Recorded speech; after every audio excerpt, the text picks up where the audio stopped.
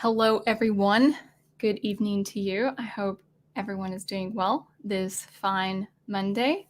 Looks like I already have some people in the chat. I was hoping to talk about something light, and then I had something on my mind over the weekend. And just checking audio. If audio sounds good, let me know. I think everything is lined up and configured and all that good stuff. Yeah. I think I've got the mic set up just right. Perfect. Yeah, so I wanted to talk about something light, something teacher-esque, But I had something on my mind over the weekend, and it has to do with censorship, as you may have seen with that provocative thumbnail. I was very happy to find that image, and I think it's suitable for this discussion. And wherever you are on the map concerning this, you're welcome to disagree or agree. And whether you do agree or disagree, always be charitable in your response, as I will try to be with mine. And I think I will. Actually, I just have an overview. I don't have all the answers. We live in very uncertain times and very complicated times, and so we want to just all come from a place of grace. But there is hope in this message to independent artists, and I'm very much happy to talk about that. Happy to discuss with you who are creators yourselves, see what you guys think on this message, and the overall hope I hope to leave you guys at the end of this. So let's take a look at the chat, and let's go ahead. After I look to see who's here, we'll take it away with some notes, and I'll probably just steamroll on through before I stop, and then we'll have a good discussion. So I will say that Big Al was first. I think he was first like 5 hours ago, and he retweeted my video, so that was great. And thank you, Professor. I hope it meets your expectations. And thank you, Troy. I figured I'd have your support. So thank you, and Nanette, for that. And yeah, never feel obliged to comment on some of my more dangerous tweets. And actually, Professor, before I forget, don't feel obliged to even like any of my dangerous tweets, because you're looking for work, and I do respect that. So I won't feel ignored if you just skip my tweets altogether. And it's a one-time thing. I'm not out to be controversial. Hello, Stephen Cruz. It is so good to see you. I hope you like the topic we're talking about, you as a composer and a musician. And Owen Lister, you as a comic book storyteller and illustrator. And Big Al Presents says, have a great stream, Messi. Cry havoc and let slip the dogs of war. If you can tag a reference to that, that would be awesome.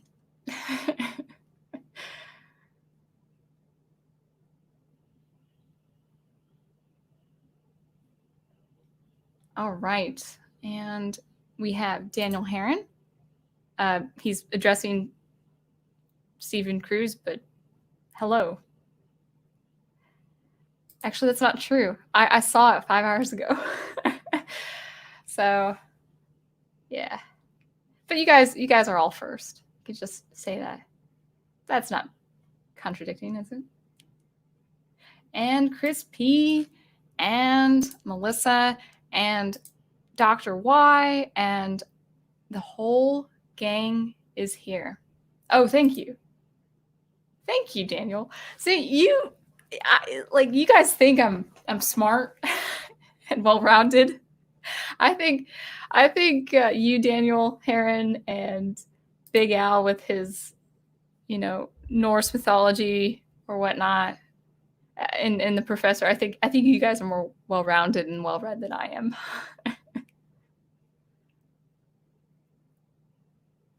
Oh, well, you have to tell me which one it is, because I think I've seen illustrations of yours. But I was wondering if you also did the story behind it as well. And that does take talent to be a comic book storyteller and an artist. That's cool. Oh man. Oh, well, now that it's part of the Klingon culture, that's I'm not surprised. All right, very good. Okay, so I think that's everyone for now. Oh, I think my thing skipped. Oh, maybe it didn't skip. Oh man, I'm not even gonna say that out loud. All right, so while we're talking about a fairly heavy topic, censorship, especially what's going on in the world right now, as we're seeing things being threatened, criticized, and even so far as TV shows getting canceled and all of that, I still just want to tell you my thoughts, but want to be charitable and amicable and all of that jazz. So let's go ahead and get started. I will pull up my notes.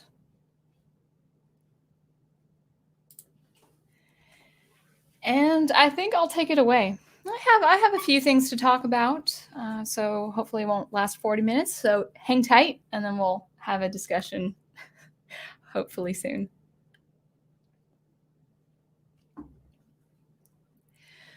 All right, so I titled this video, Will My Art Be Censored?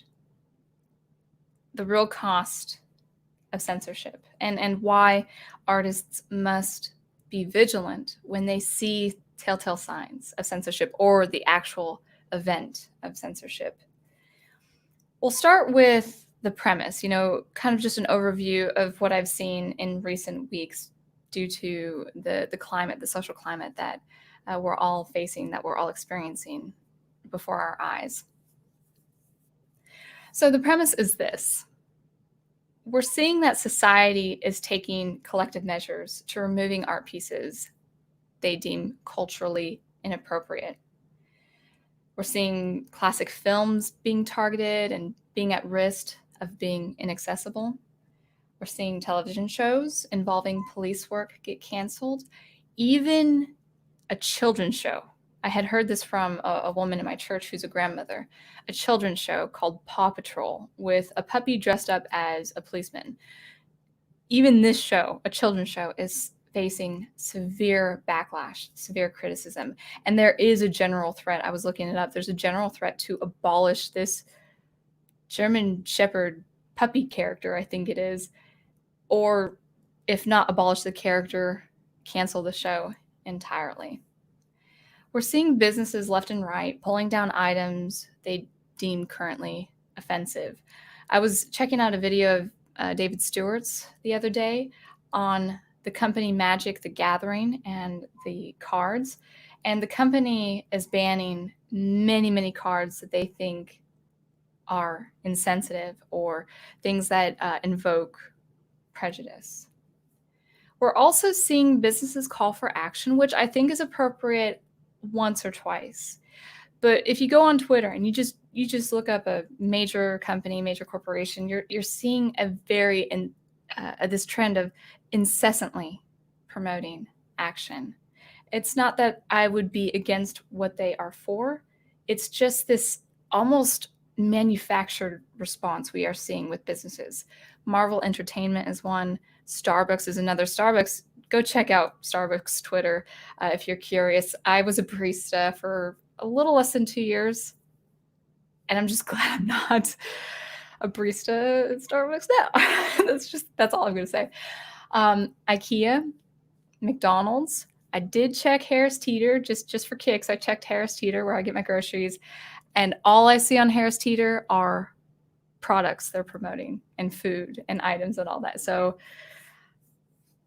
I would say I'm not against a call for action by businesses done once or twice, but when it's incessant, it's really, it looks forced. It looks like businesses are just out to appease, to get the dollar.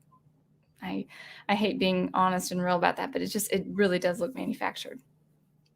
Now, with all these measures to take things down, we're also seeing the sentiment that it's a good thing. People are believing that this is for the common good.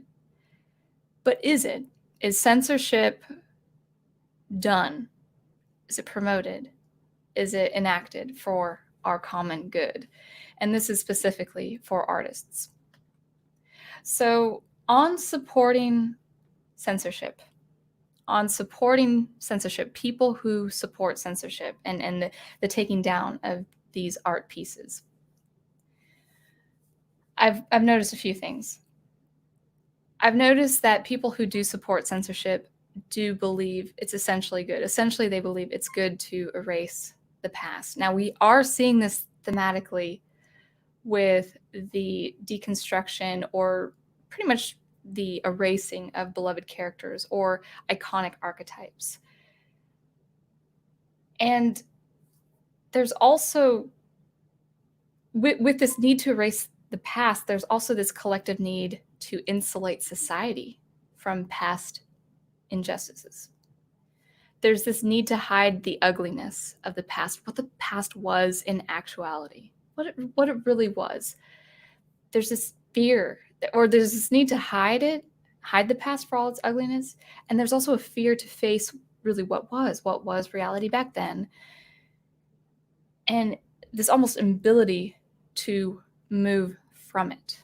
Now, we talk about moving from it. We talk about being progressive, but we really have to understand the past, understand what it was, and learn from it and move on.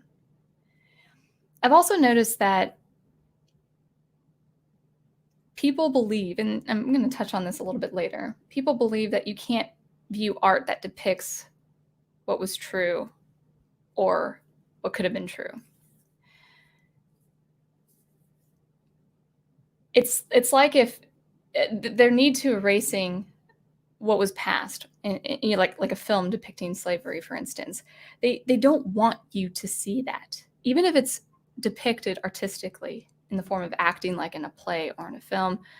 They don't want you to see that. They have a hard time for people to view what actually was, as if you didn't have the emotional, the intellectual, and the spiritual maturity to view these things, to even get the chance of personally opposing those things, or simply just leaving those things as is, as a part of history, as a part of what has come before. People have a hard time. People who support censorship, I'm seeing that they're having a hard time for you and me looking at the past, seeing what it was, and moving on. Who's to say you can't oppose these things that have been depicted, even artistically depicted? That's for you to decide. That's for me to decide. But it just appears that people cannot handle other people seeing what the truth was, what the past was. I've also noticed that artists in particular, artists who support censorship, believe that their own art can't be touched. They believe that censorship will only go so far as to right the wrongs, right these injustice, these right these wrongs. I can't think of the word right now. They will believe that censorship will only go that far, and then it will all be done. It will all be taken care of. As soon as that problem is finished, censorship goes away. They believe that they are on the right side of the argument, and that they themselves, they believe they're on the right side of the argument because they themselves do not produce offensive art. But once censorship, what they don't see is that once censorship gains traction and momentum, it will not stop at the solution of a social problem, like social injustice. It may take years, but any work, once censorship is on the move, any work is at risk if society deems it objectionable. People also who support censorship don't seem to be able to separate the art from the artist. As though if you were to view an art piece, you are condoning the actions or the thoughts of the artist. And that's not the case, and it's not freeing. That there's no freedom in that. Myself as an artist, upon point of release, my work of art is to be had by anyone, even people who fundamentally disagree with me and my lifestyle. I'm at that point separate. separated from my art. Yes, it's an integral part of me, but at that point of release, I'm separate from it. So if you oppose me as a person, you're still at liberty to enjoy my art if you do. And if you oppose my art, it's not an attack on my person. So there is a definite separation between artist and art, the artist and their art. So where do I stand on censorship? Well, you may understand that from just what I've said, I am against censorship, and I understand that I am in a delicate position because I am Christian. As a Christian, I have seen art that is diametrically in opposition to my faith. I know it exists. I am aware that there's so much art out there that is profane, that is obscene, that does not point to a holy God of my Christian faith. I understand, but I would never, ever have it censored. I see support of censorship on both sides of the aisle, whether it's ideologues or people who mean well but don't quite understand the cost, the risk of censorship. But I've also seen it among Christians, among my Christian circles. I've heard Christians want to put a stop to things like Dungeons and Dragons, Harry Potter, and I've even heard people express the danger of Star Wars because George Lucas, I think, has Buddhist tendencies. I think he's a self-proclaimed Buddhist, if I have that correct. Now with Harry Potter, yes, there are witches and warlocks, and I would never, if I had children, ever let them do anything like spell casting or anything that could open doors to the spiritual world that I believe in. I personally believe there is a gateway to that dangerous spiritual realm. And so I would forbid my family in my house to doing those things. But Harry Potter as a story itself, it's your average, not average, it's actually pretty well done from what I've seen. It's your good versus evil. And it's about friendship, loyalty, and personal sacrifice. You can learn that as a young child. You can still learn that as an adult. And with Star Wars, redemption is in the final climactic act. It's about the love of a son, the love the son has for his fallen father. You just don't get more Christian than that. It's about redeeming, bringing people back to what is good. And even if Lucas is Buddhist, that's not going to stop me from enjoying Star Wars. I have separated his art from who he is as a person. And just kind of to further the point with Christians in my circles, past or present, it doesn't make sense anyway to censor these different things, even if something like witchcraft were to come from it. Scripture teaches us as Christians that we are going to be bombarded by these things of the world that stand in direct opposition to us and our faith. We're taught to live through it, and we're taught to love and serve people along the way. Now, Christian or not, the world is not going to bend to you. It's not going to bend to your faith, and it's not going to bend to your identity, no matter how you identify yourself. Censoring art is not going to protect Christians from the wiles of the world. And censoring any art, no matter how vile, is setting the precedent, and it's that I oppose. If the precedent is set, my own art is at risk. So that's where I stand that's where I stand on censoring art. And I wanted to clear up a couple things. I want to mention what opposing censorship is not. Opposing censorship is not an endorsement of the art that is being censored. Opposing censorship, all opposing censorship is promoting free artistic expression. Now, you may have this argument pinned against you if you do not support censorship, if you do oppose censorship. The argument is this. Look out for this argument, whether it's against you or against someone publicly opposing censorship. The argument is, because you oppose censoring an artwork in question, you therefore endorse its objectionable content. So in the case of a film depicting Civil War times and slavery, if you're not for censoring that content, then you have the propensity to being prejudiced and hateful. That could be the argument. But you're not endorsing the art itself, whether you like it or not, whether you think it should stand or not. But if you're against censorship, you would have that art stand, whatever the case may be. You're not endorsing the art. You're not endorsing the artist. You are, in opposing censorship, you are endorsing the artist's freedom. That's all opposing censorship is. Excuse me. My voice is getting dry. Now, looking at these sentiments expressed on Twitter or whatnot, I've heard a few things. Well, really, actually, a couple things.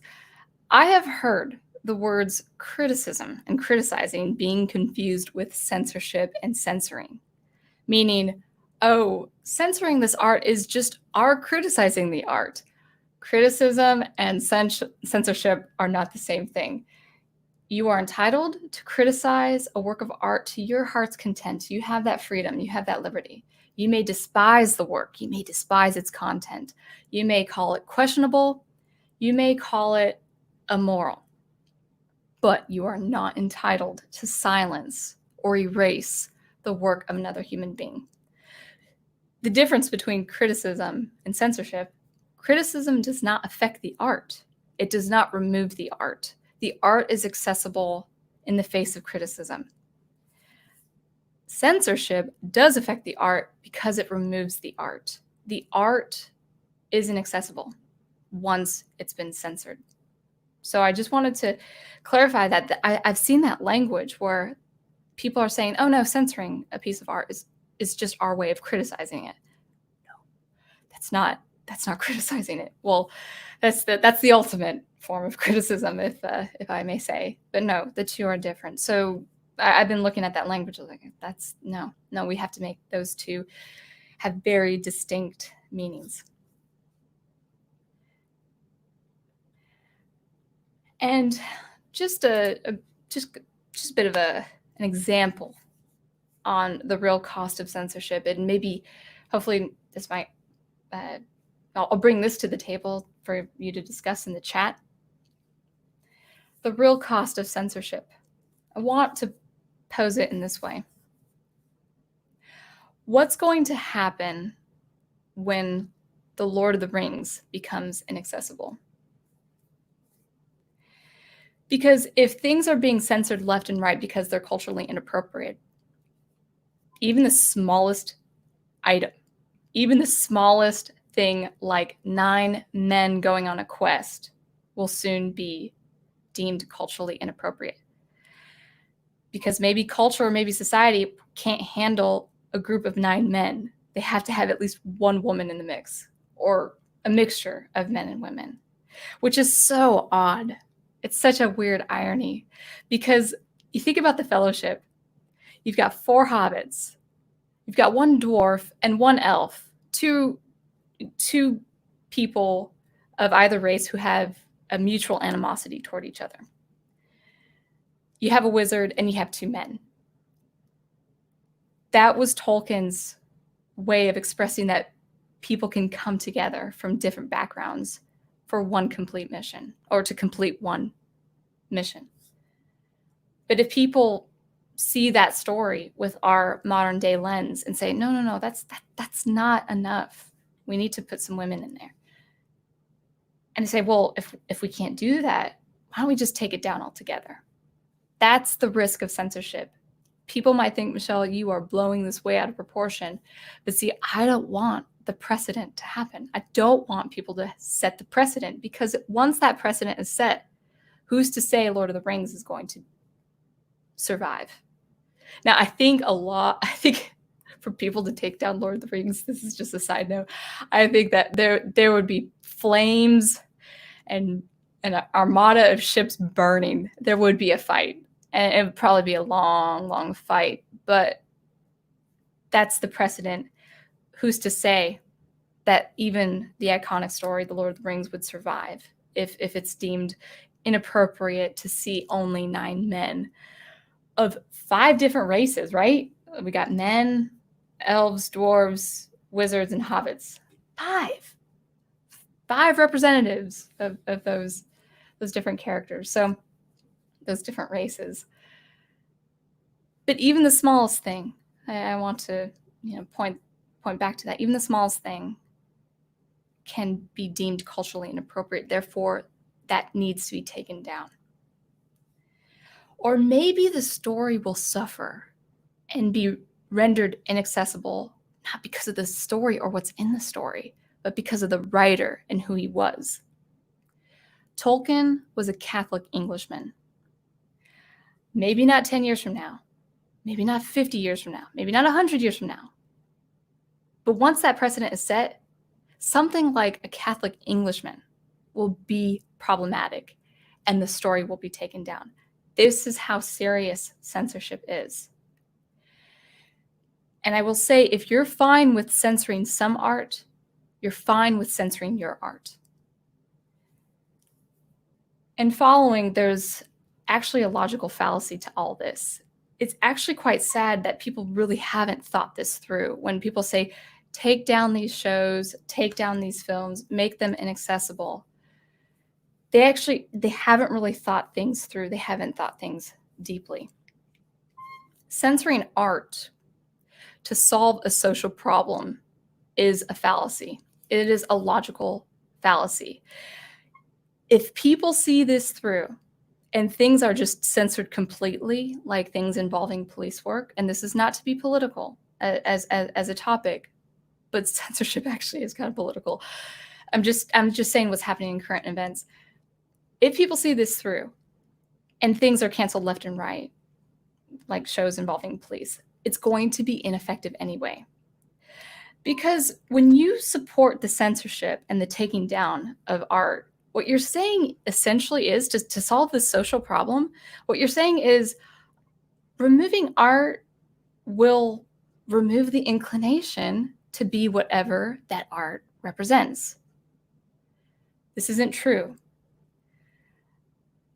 Removing art that may incite hate or contention is not going to remove the inclination for that hate, for that contention. If you have the propensity to be hateful, you don't need art to provoke you. The hate's already there.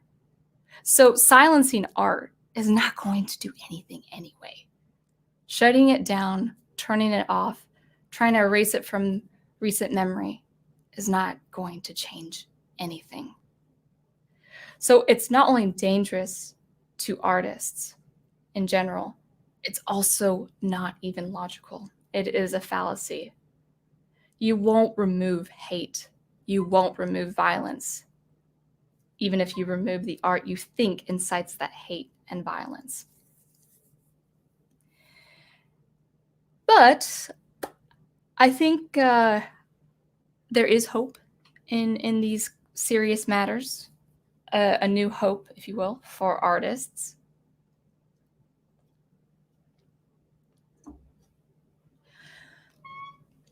Yeah, my chair agrees.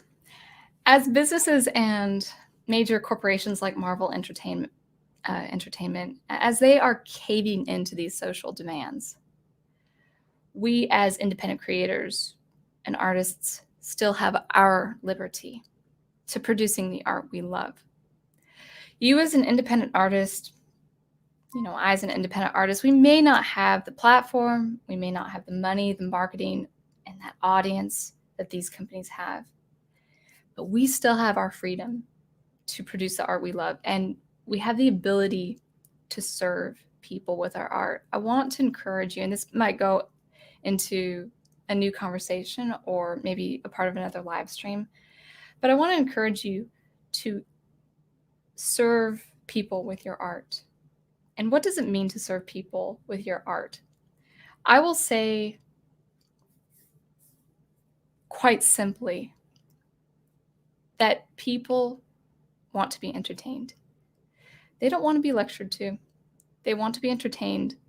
And in the chaos that we see ensuing from these tragic events, people don't need to be told what's what.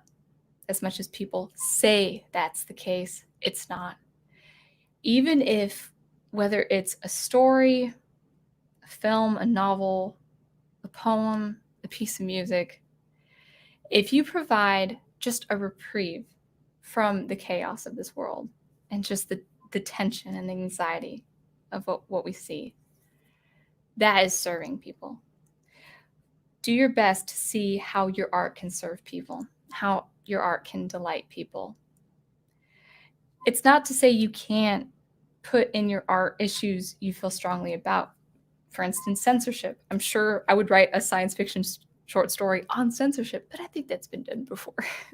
It's not to say you can't do that. But you can't do that at the expense of the art. You can't do that at the expense of the story. You can't compromise. The issue cannot come first. Your thoughts and your own feelings can't come first.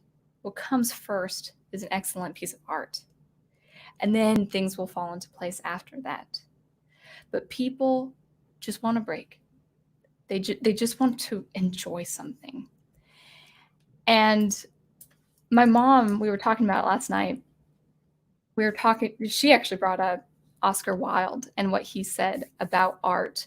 He's associated with this statement that could otherwise be controversial when taken out of context, how he says that all art is quite useless.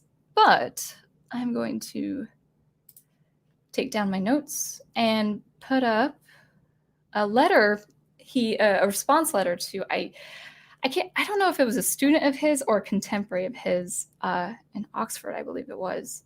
But this is the letter responding to this student. Let's see if I can pull it up.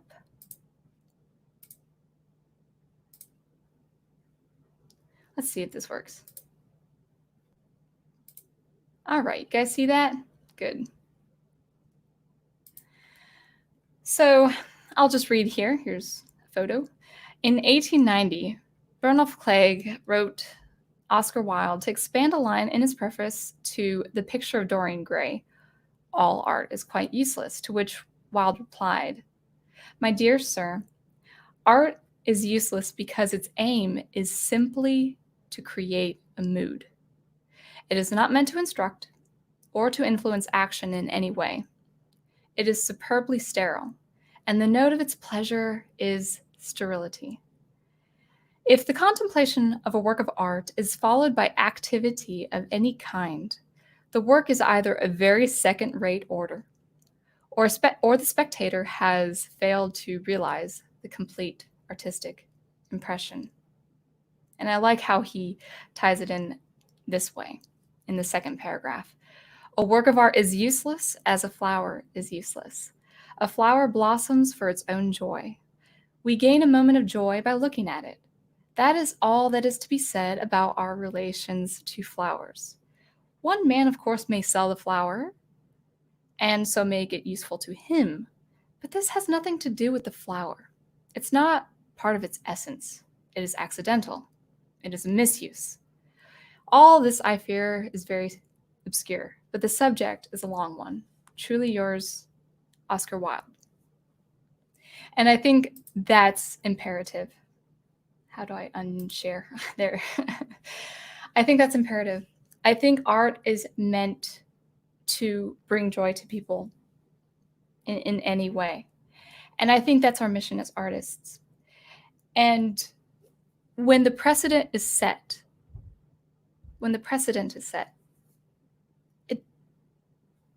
your art is at risk. You're not safe. Your art is not safe. And coming from a place of faith, of the Christian faith, even if the art is vile and distasteful, I would not wish it to be censored. Because a censoring of that art means eventually a censoring of my art. So those are my thoughts on censorship, and but also a little bit of hope. Hopefully I can offer some encouragement and hope that you see these major companies like Marvel try to cave into these social demands. And these social demands, it keeps increasing. Marvel tries to appease a crowd saying, we're doing this. And then you see on the responsive tweets like, this is not enough. You need to do more. But you don't have that kind of audience. You don't need to have that kind of audience. I don't have that kind of audience. Chances are, if you're an independent artist, you're doing the art because you love it and you want to bring joy to people. And I think that's what artists should do, whether your work is famous or not. I would say with your art, my pastor says this to serving people: do for one what you would do for many, whether you have an audience of 10 people or 10 million.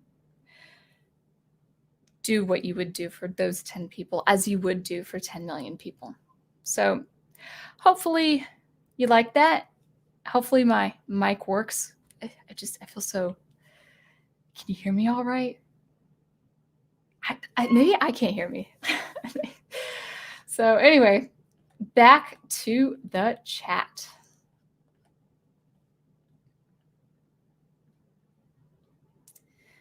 I see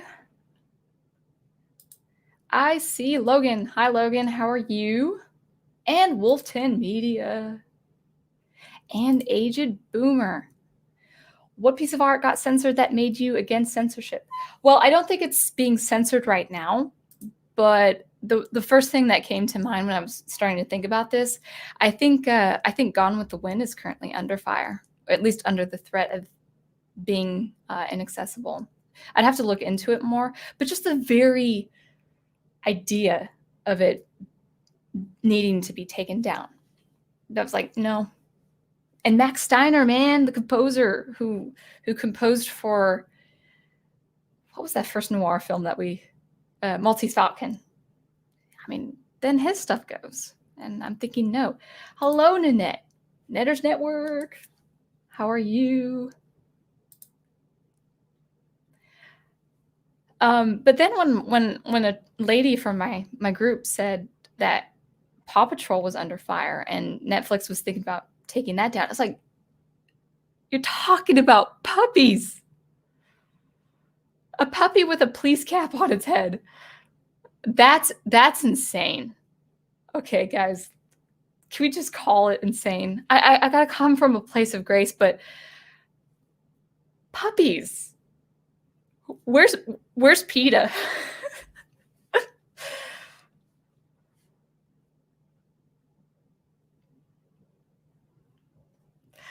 I didn't catch that. Greetings and hallucinations. You mean salutations?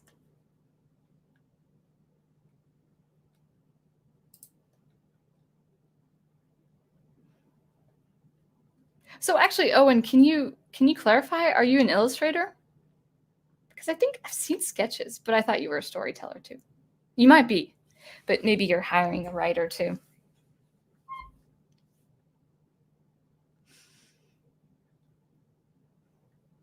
Man, that's cruel, Prof. I'm just gonna say that.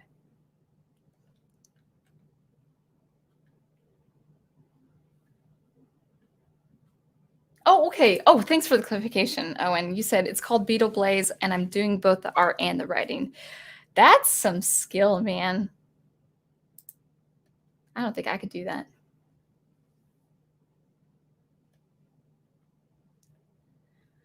All right.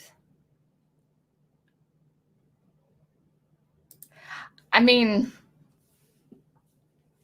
you'd be surprised.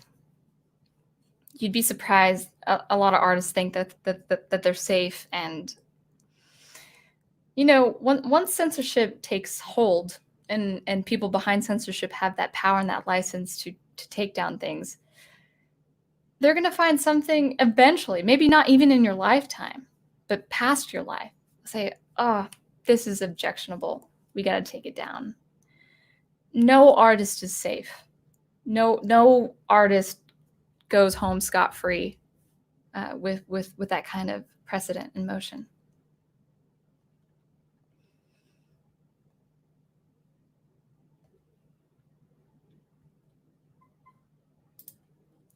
Professor Geek says, I honestly wouldn't be surprised if there's a call to censor straight up history books next. I thought they did that by just taking out what was factual and putting in stuff.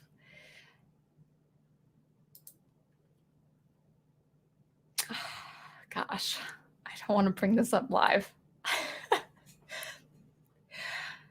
No, I refuse to. No, never mind. Sorry, guys, I said that out loud. You'll just have to leave what I was about to say to your imaginations.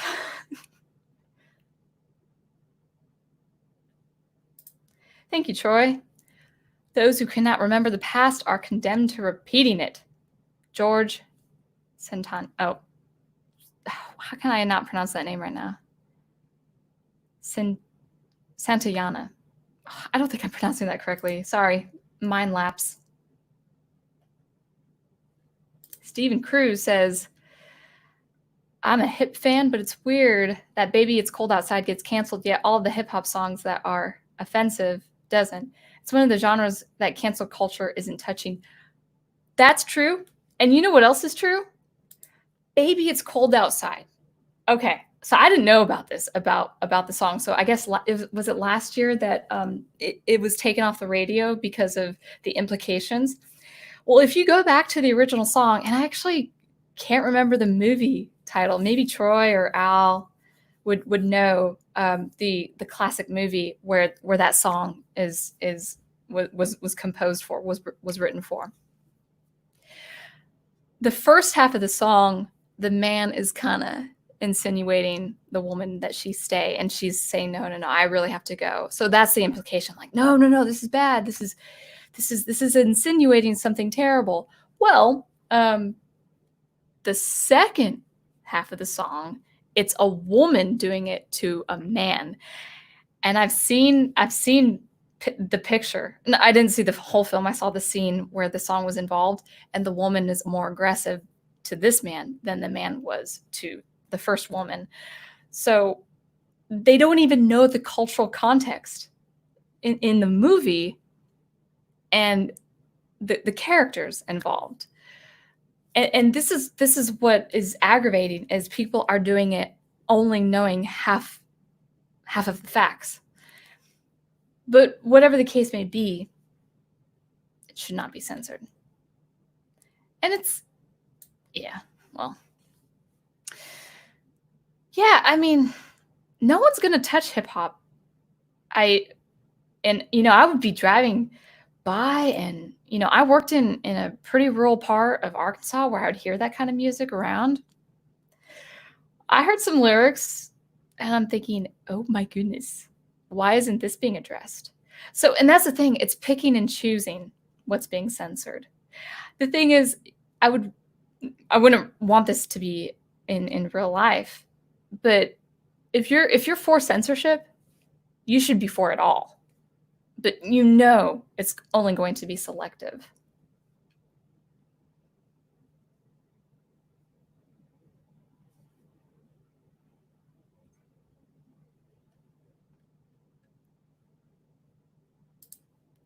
I'm not sure it's about wanting not to depict the past. I think the idea is more about not funding or supporting media which partakes in and contributes to harmful discourse.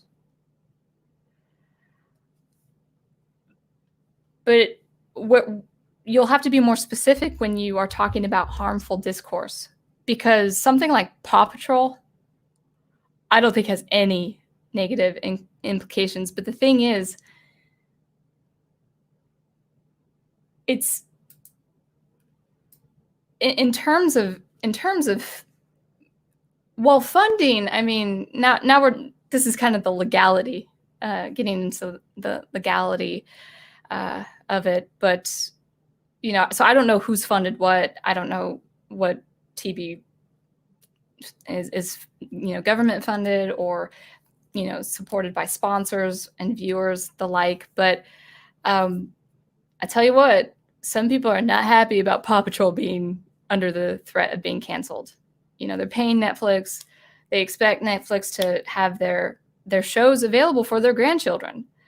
And harmful discourse, I mean, you'll have to be more specific than that, because I think people have different views of different things. So we can talk about that.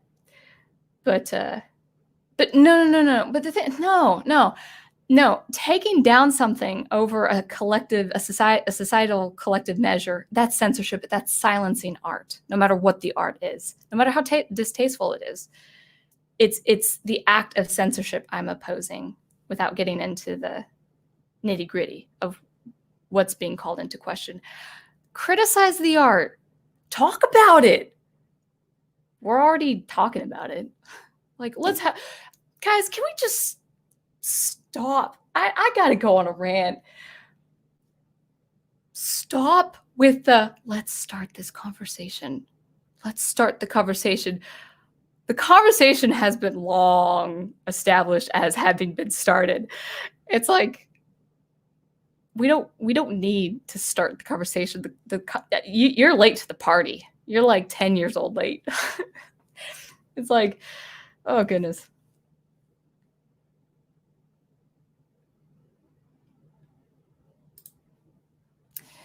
Sound Engraver, Owen Lister says, looks like my art is going to offend some people. Oh well, nothing much to do but double down and not censor my own work.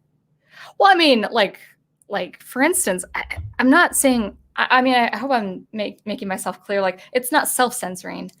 Like, I mean, I know, like, so, the first example that comes to mind is a very awkward one for me, and I mean this with grace and all fun for you guys. But I know some of you guys really do prefer some of the more, what I think is provocative art of the female form. It's just not my cup of tea. It's not what I care to see for myself. But I'm not gonna demand that you know that your art be censored. And for me, like, me opposing censorship is not me saying, well, I shouldn't care. Like, I'll have all my characters cuss. No. I'm gonna still be clean in my fiction. So I hope there's we're having that distinction. If I'm getting what you're saying correctly, Owen, and not censor my own work. No. You decide. You're the artist. That's what I'm supporting, is the artistic freedom for you to decide what you do in your art. I have no power. I do not want that power to censor your art any more than I would have you have the power to censor my art. So self-censoring or censoring, that's different. I'm talking about a collective set of measures to silencing art all around us. That's what I mean. I mean, if you don't swear, don't make your character swear. I don't know what I'm talking about right now. I hope I read your question right, Owen, or your comment, I should say. I'm not sure. I think he is. I read somewhere that he is, or he has, that he's kind of toward that belief. But if he is, it's not surprising. A lot of people from Hollywood and those circles are self-proclaimed Buddhists. But I'm still watching Star Wars. Well, if you mean by magic by divine power and miracles, probably. I wouldn't call it magic, though. Hi, Melissa. It's good to see you. Okay, so Dr. Y does say that he calls himself a Buddhist Methodist. What is that? You can't. Never mind. Professor Geek says, great points. A lot of people are literalists and can't conceive of the power of story as a metaphor for life. Exactly. Not prescriptions to wield lightsabers or wave wands. Exactly. Now, I'm not saying that these stories have, I mean, that's the thing. I probably, knowing what, because I think for a while that, people would practice sorcery because of the Harry Potter stories. And for that, if that's true, for me, I probably couldn't write something for my own conscious sake, I probably couldn't write something that includes that kind of wizardry if it encourages people to do those activities. That said, I'm in a total clear and clean conscience to reading the Harry Potter books or watching the movies, even as a Christian, because it's good versus evil, and there's a lot of spiritual forces at work. I think with Harry Potter, I mean, at least in terms of monsters and magic, you've got young kids learning the value of friendship and loyalty and sticking by each other to the bitter end. So that camaraderie, I mean, you're learning a lot of good, noble things from those stories. So yeah, there are two sides of the coin, where you have the secular humanists, ideologues who are saying down with censorship, or let's censor everything we don't like and find distasteful in our society. And then you have the Christians who say, no, this is very unhealthy for Christians. Like, no, guard your heart, guard your home, and say, this is what I'll allow, this is what I won't allow, and just let it roll.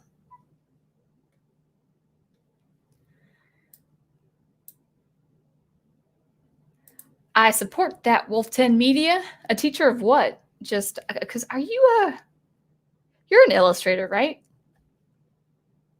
But I will say, I decided not to go into public schools and to be a public school teacher. That world was too much for me. I had more fun talking to you guys. Daniel Craig. I have to say Daniel Craig and Daniel Herring, because there are two Daniels. Sound Engraver. I'm more concerned about our right to have a history, which includes art. Couldn't have said it better myself. We need to have a history.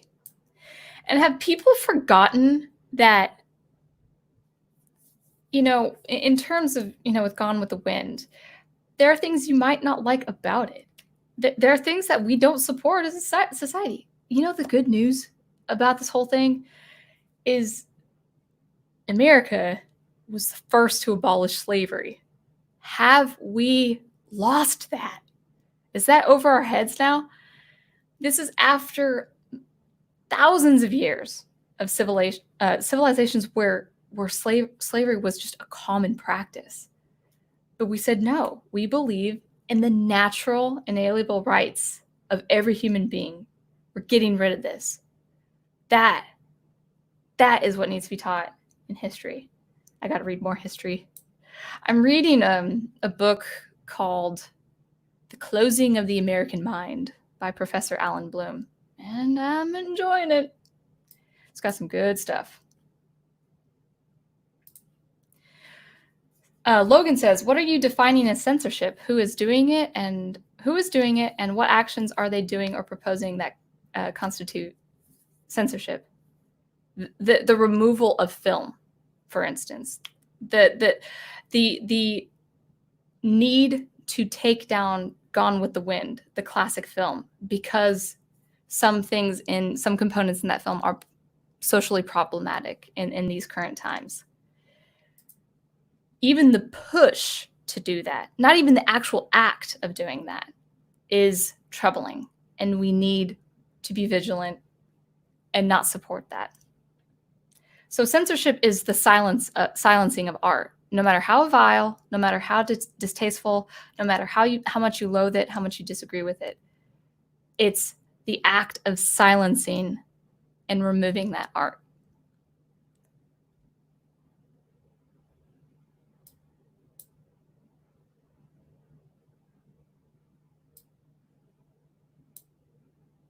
Chris P. says, censorship is a slippery slope. Melissa says, Jesus was a great man. I have strong faith in him and God. He was a great man, and he was the Son of Man. And Jesus is God. Cool. I've got Christians watching me. Thank you. Dr. Y is a brother or sister. I still don't know if you're male or female.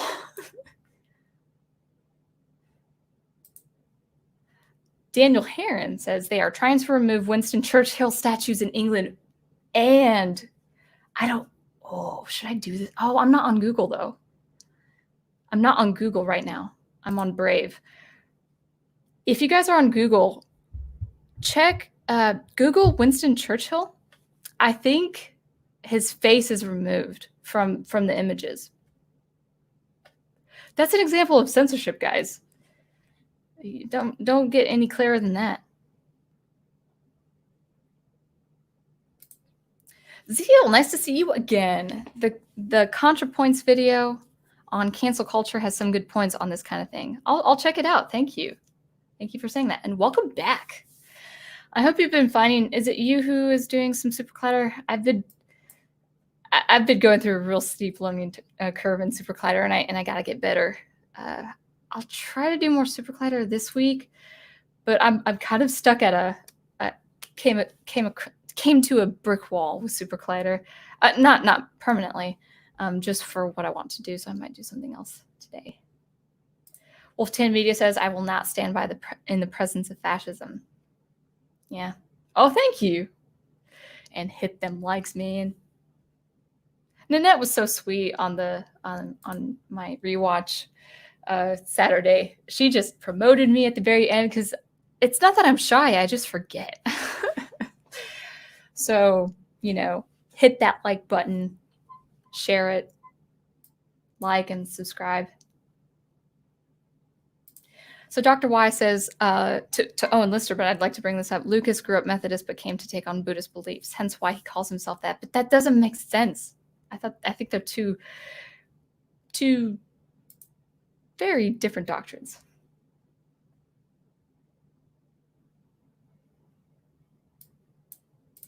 Agent Boomer says, all we get from entertainment these days is lectures. That's why I appreciate the Tuesday night rewatches of classic movies. Yes, yes, yes, yes. Speaking of which, I probably will end this probably around 11:15 because I meant to watch it last night, Murder My Sweet. And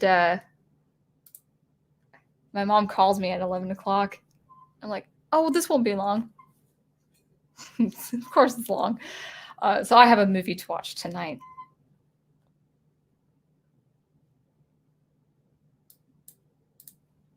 Sound Engraver. Before World War II, the Soviets made a propaganda film against the Germans. When they signed their treaty, the film was censored, but when Germany broke the treaty, the film was uncensored. Interesting. Ooh, that's a very fine line. I mean, we're kind of seeing propaganda now, aren't we? In a very subtle sense.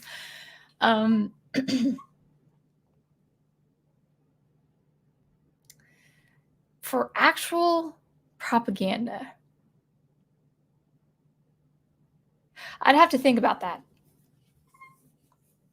I would really have to think about that. At the same time, unless it was doing evident cultural damage, I would have to actually think about what to think on censoring even that.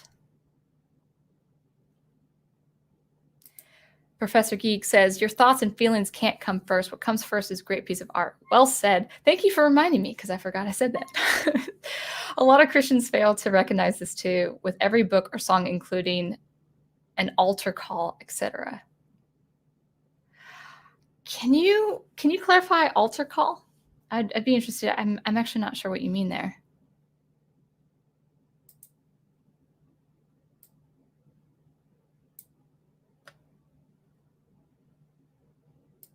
Zeal says, nailing down exactly what art should be is always shaky territory. Creators going to create. I'm fine with creators creating. I'm not fine with creators being silenced. Logan says, I think we also need to consider that it's not always about censorship, but it's about whose art we choose to spend our time looking at. But that's for the person to decide. Give that person the freedom and the access to decide what art they look at. So even with artists, even with art that is distasteful, whatever the case may be, whether it's to me as a Christian or to you as maybe a social worker with a just cause, whatever the case may be, it's up to the person to view it. Here's the thing.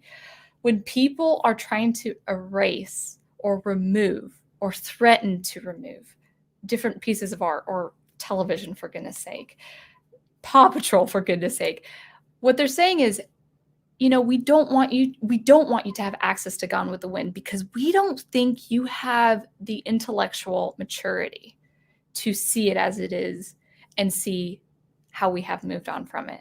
They are trying to insulate you. They're trying to feed you this kind of, it's milk. It's not solid food they're feeding you. It's milk. They're like, no, we can't let you see this. This is really bad. We just got to like tuck in the blanket around the corner of your neck so you feel all safe and secure. Like they're trying to wrap you with swaddling clothes like you're an infant. They're really trying to infantilize society and think that society needs this extra protection, extra insulation. No, we need to see the good, the bad, the ugly, the gritty. And we can decide if we want to see it. So for instance, like, I've mentioned this before, but I've read a lot of science fiction that is really probably not the best thing for a Christian to read. One story I remembered particularly, I mentioned this before, is Alfred Bester's The Demolished Man. Great story, a very powerful, a very fast and powerful ending. I mean, it happened so fast, and I started crying. But there is a lot of decadence. There's a lot of that kind of the decadent parties and amoral things in that book.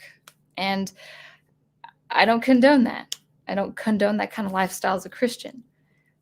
But would I have people burn that book and do away with that book? No. I remember a good thing, a couple of really good things from that story.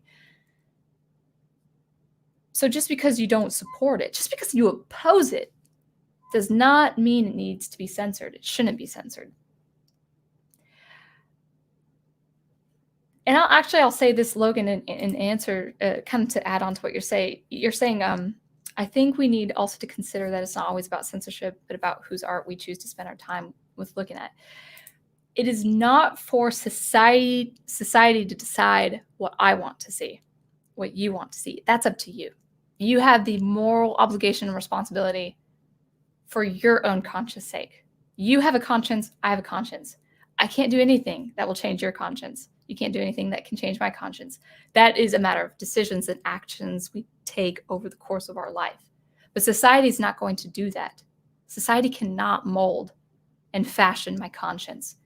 It's not meant to be that. Society is meant to be a community of people, human beings working together for the well-being, for the common man, for the common good, not for the common, well, yeah, sure, include that, but for the common good, for the well-being of other people in the form of a family, a church, a school, whatever the case may be. But society is not responsible for my conscience. I'm responsible for my conscience, and I'm responsible for adhering to that conscience, not society. Are the Saw movies vile and distasteful? Sure. I'm not watching them. I feel like Agent Boomer, I feel like it's one of you guys who like really want me to watch stuff that Fan Man would watch. Big Al presents, I wholly disapprove of what you say and will defend to the death your right to say it. I know. Voltaire. Can apply to art. Totally applies to art. I may not like it, but it deserves to exist to be enjoyed by others. Absolutely. Absolutely.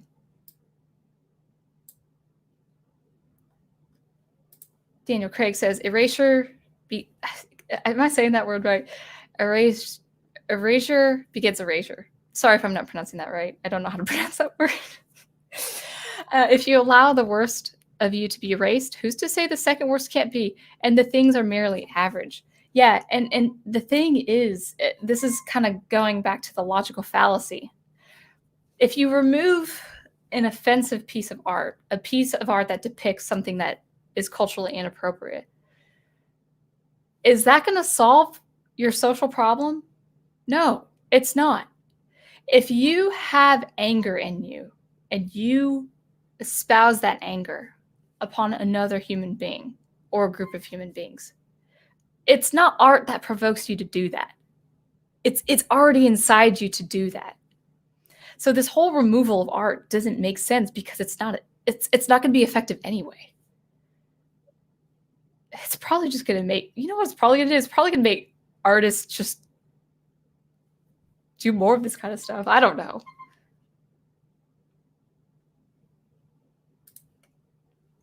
Wolf 10 Media says, my After Years comic may become an illustration book called The World of Aoth. Is that how you say it? That's a cool name.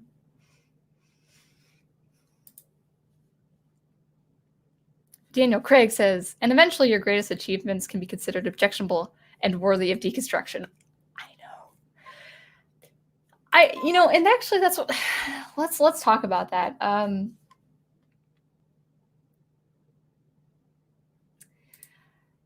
Let's talk about that. My chair is very active today. I'm sorry.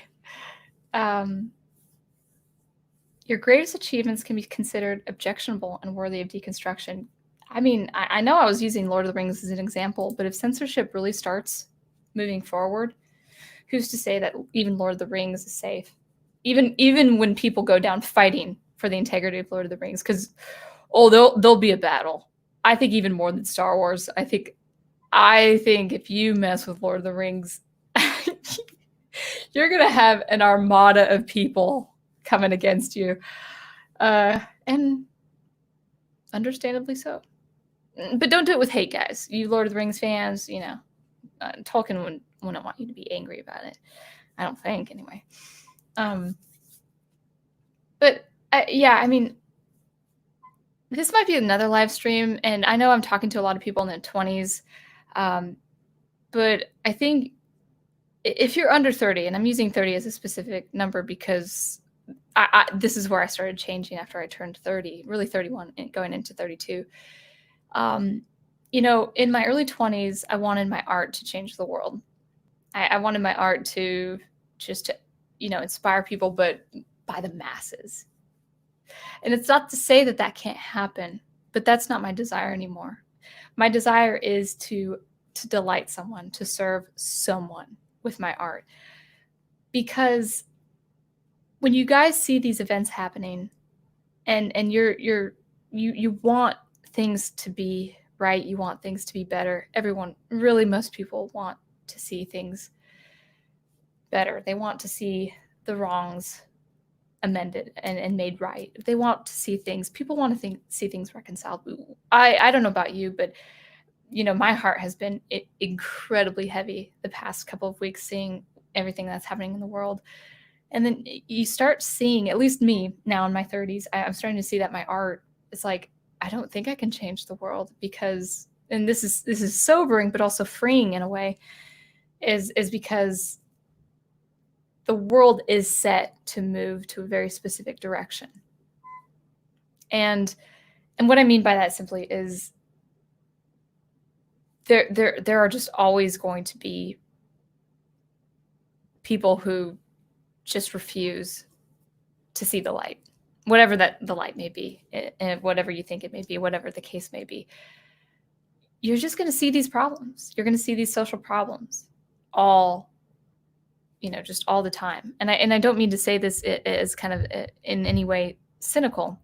What I'm saying is it's more important to delight and serve the person with your art rather than change the world. Marvel is trying to change the world. I've been listening to The Fourth Age. Marvel is really trying to change the world and fashion the world in their own image. And it's very kind of telling. I don't mean to go on kind of this weird kind of set of ideas, but see, people in positions of power, they're trying to fashion the world in their own image, and when we're seeing it as artists, with the deconstruction of our favorite characters and our favorite stories and characteristics and all of that.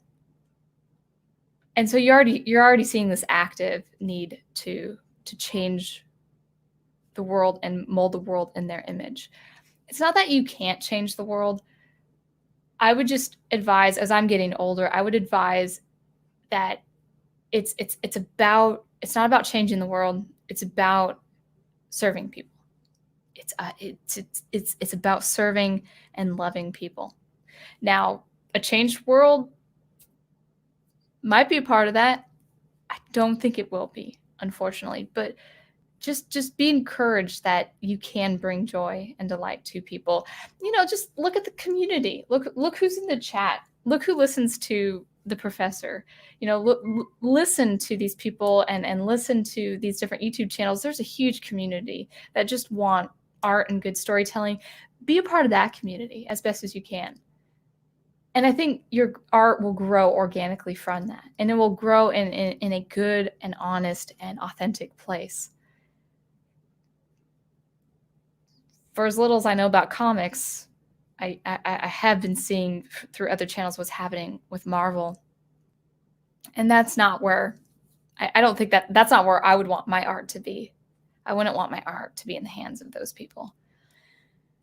And so I don't know if this makes sense to you. It's just my line of thinking right now. But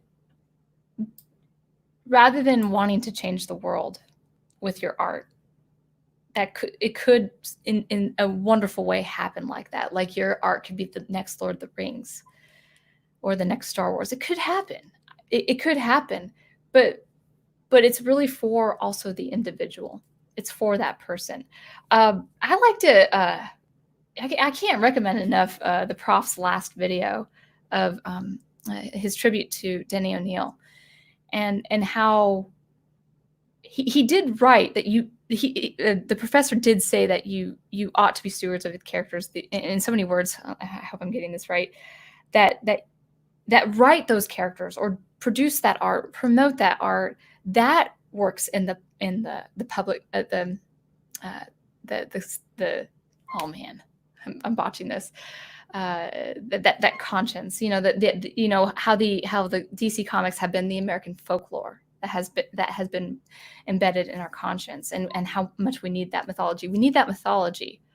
I'm when I say change the world, maybe I am rambling because it's just from.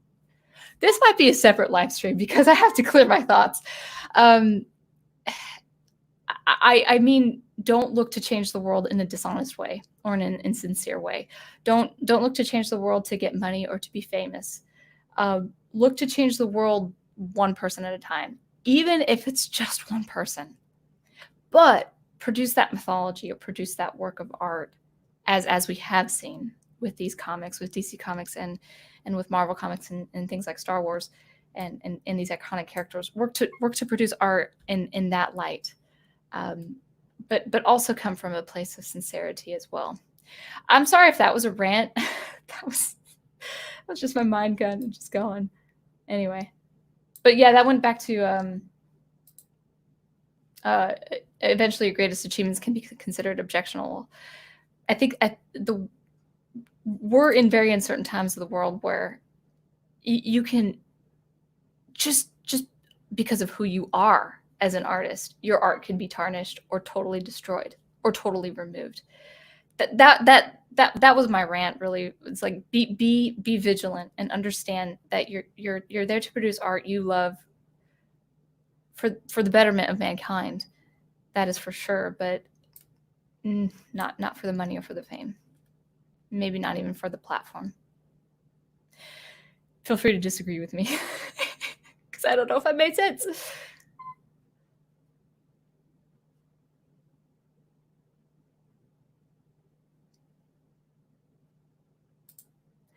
I got the solution. Paladin Demo, welcome. Shut down Tumblr. I mean Twitter. Tumblr cult dies. Iconoclast stops. Facts return. Lore revives. I like that. I don't know a thing about Tumblr. I don't know I sort of know what it looks like. I thought it was like the Twitter for musicians or something, but I don't know. I looked at it and then I'm like, I'm not interested. Like the more I looked at profiles that were available to see, I'm like, I don't think I would like to talk with these people. Stephen Cruz says, if you censor art, then you censor people's voices and their articulation of ideas. Yeah. Once you lose our freedom of expression, then we lose our power to progress as people and a culture as society. Exactly that. Because it becomes a state. If things are censored left and right, it becomes a state. It becomes an order of things. And that's where we have to be careful. Oh, that's good to know. Maybe it wasn't taken down, but it was under the threat. I know that some radio stations, at least in some parts of the United States, took it down. I'll have to look into it because I know it was a problem because people did some commentary on it.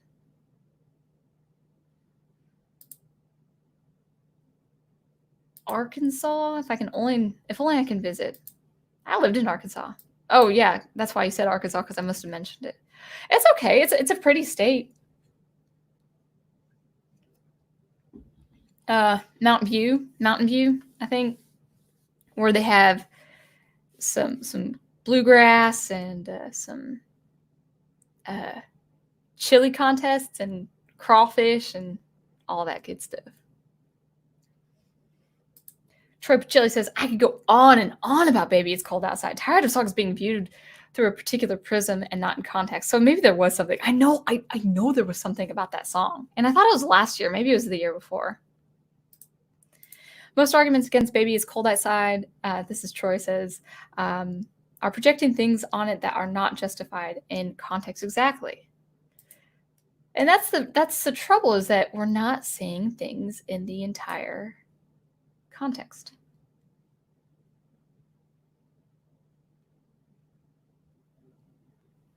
Natives Network says they only want to take Paw Patrol down because there are police in it. It's stupid.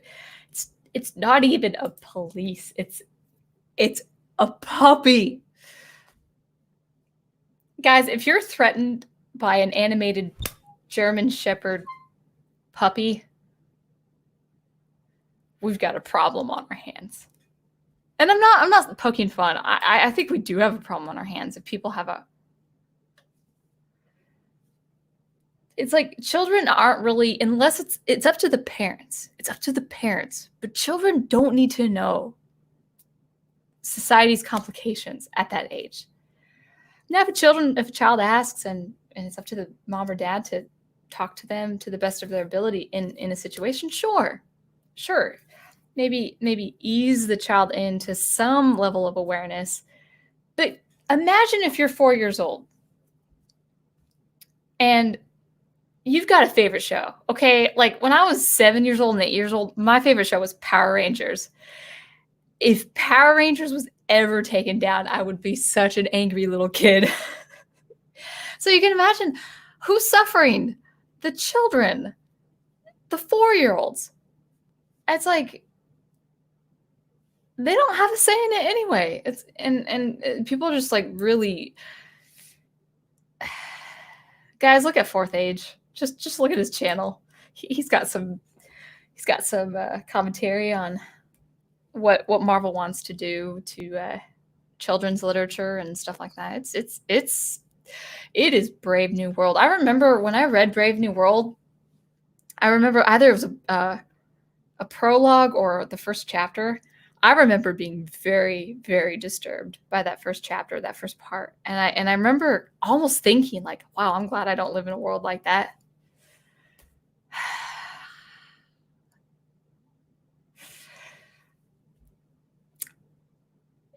Science fiction will always come up with those things. You know, I saw on Twitter floating around that these sci-fi authors, they were complaining about 2020. Like, 2020 stinks. It is taking up all my energy and all my ideas. I'm like, are you serious? You're a sci-fi writer. This should be a gold mine of ideas for you to write. That's all I'm saying. It's like, are you really a science fiction writer? or contemporary fiction writer, because this is the stuff we see is what people were writing back in the 30s. Professor Geek says, oh, okay, Alyssa loves Paw Patrol. Chase. Okay, so his name is Chase. The police dog is a great character. This is just McCarthyism, pure and simple. To attack a kid's show is just really disturbing. What threat do you get? Oh, never mind. No. This is like a dinner table conversation, not a conversation to have on live. Paladin Demo says, I dare them. My mini painting studio is called Living Impaired Studios. They'll strip gears because it's politically correct. They'll strip gears because it's a politically correct name. And I did that as a Treehouse of Horror reference. Well, I didn't know it was politically correct. Thank you for telling me. Oh, okay. Yeah. Yeah, that's a good point. I think the professor made that point from, I think, one of his Disney videos. I remember that being a thing. What Disney has done recently. I think this is one of his car videos, but I remember that being the case.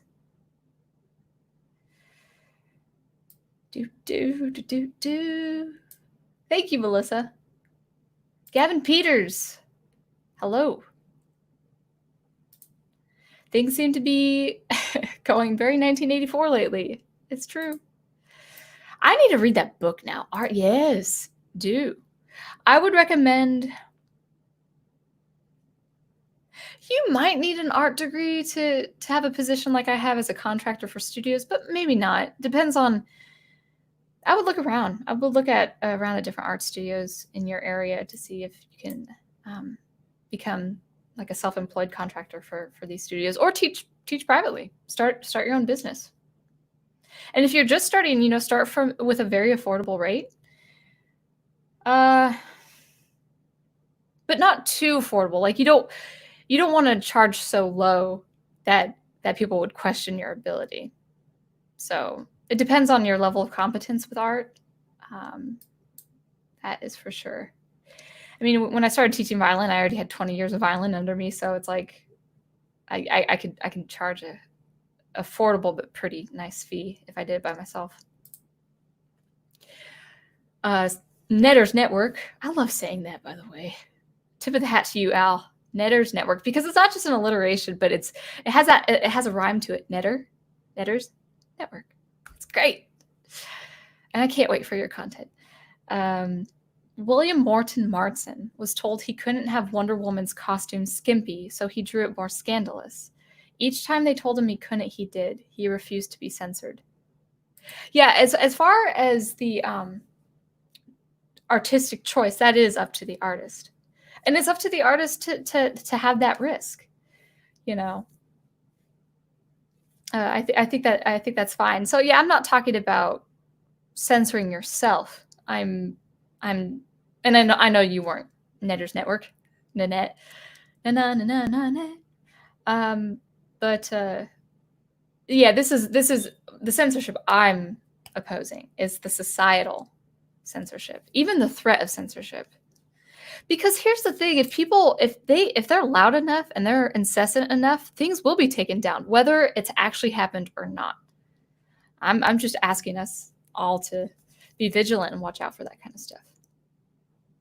Oh, thank you. Sorry. My bad. I need to learn history. Thanks, Dr. Y.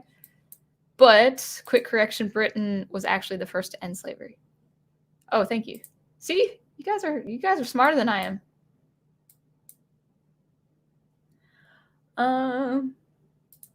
Gavin Peters says it could also be viewed as censoring history rather than censoring art. Censoring already produced release things rather than preventing new release. I think it's both.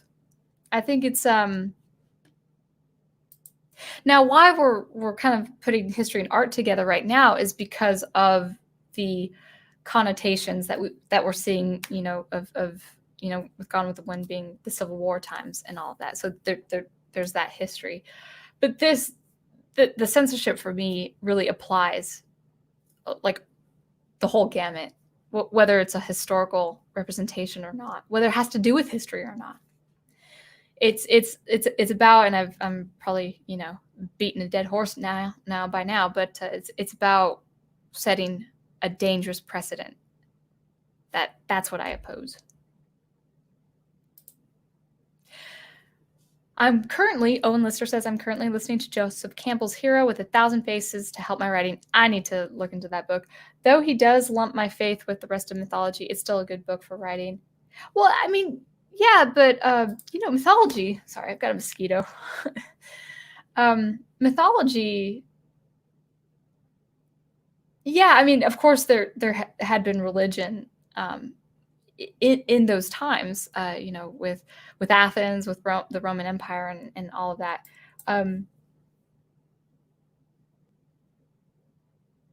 Yeah, I would probably have to read the book a little bit more before I explained what I was thinking there.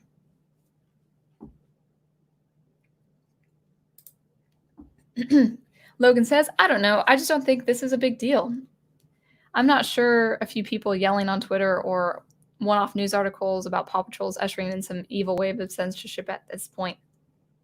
Well, I would say that's okay, because I mean I devoted a whole live stream to this, so I think it's a big deal.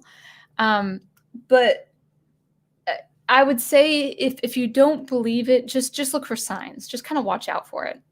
If you start seeing actual art pieces taken down, or pictures of Winston Churchill taken down, like it was a black square.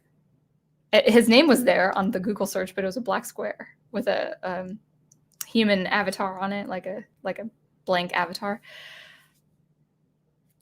Why?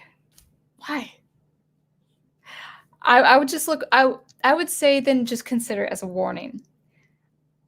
I hope it's not a big deal. I hope I'm 100% wrong. I hope. I would like to be wrong about this, but actually, guys, tell me if you guys know. Tell me the shows that are being canceled. Now, without getting too political, if you can. It's up to you guys. Whatever. But yeah, go ahead and tell me the shows that are being canceled or receiving major backlash.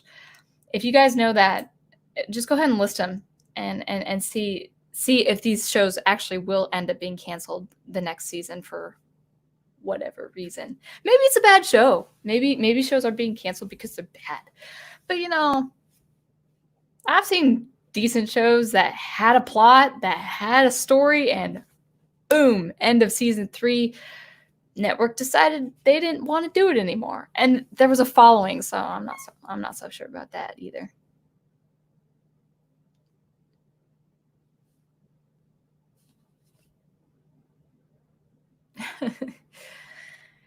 Yeah, I gotta get back into history. The next book that I'm reading has to do with World War II. I think. Yeah, Stephen Colbert said the Confederacy won no wars, no victories. I lived within a battlefield that is the Confederacy victory. How dare I live near history? I know. I need to visit these places too. All right. Daniel Craig said, do you guys realize they ripped down the statue of Thomas Jefferson in Portland, Oregon today? Portland? I'm not surprised. I'm not surprised with Portland. Portland's its own country. That with California. I'm just kidding, by the way. Sorry, if you guys live in California, sorry. Oh, cool. That's so cool. So that's 3 Daniels. Wow. I go by Danny if that makes things easier. Yeah, actually it would. I'll try to remember that.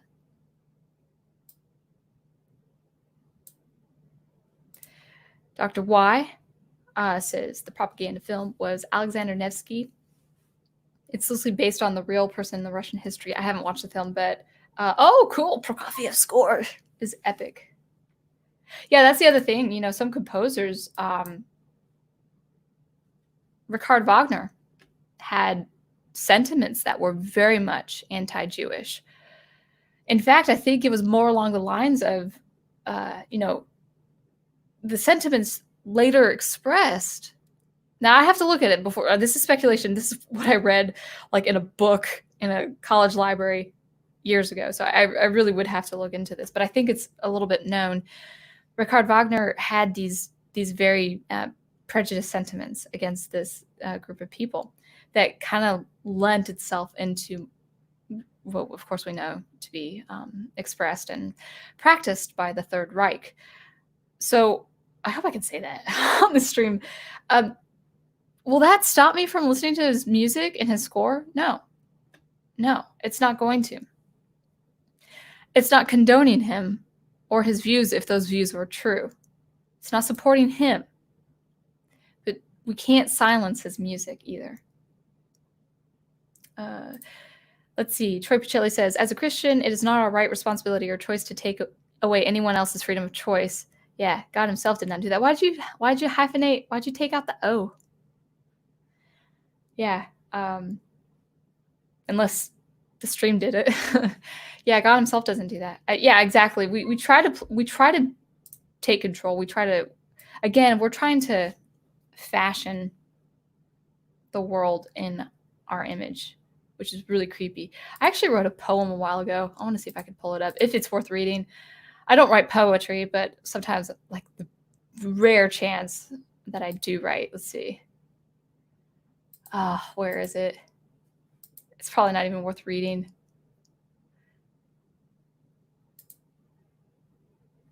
Yeah. Let's see.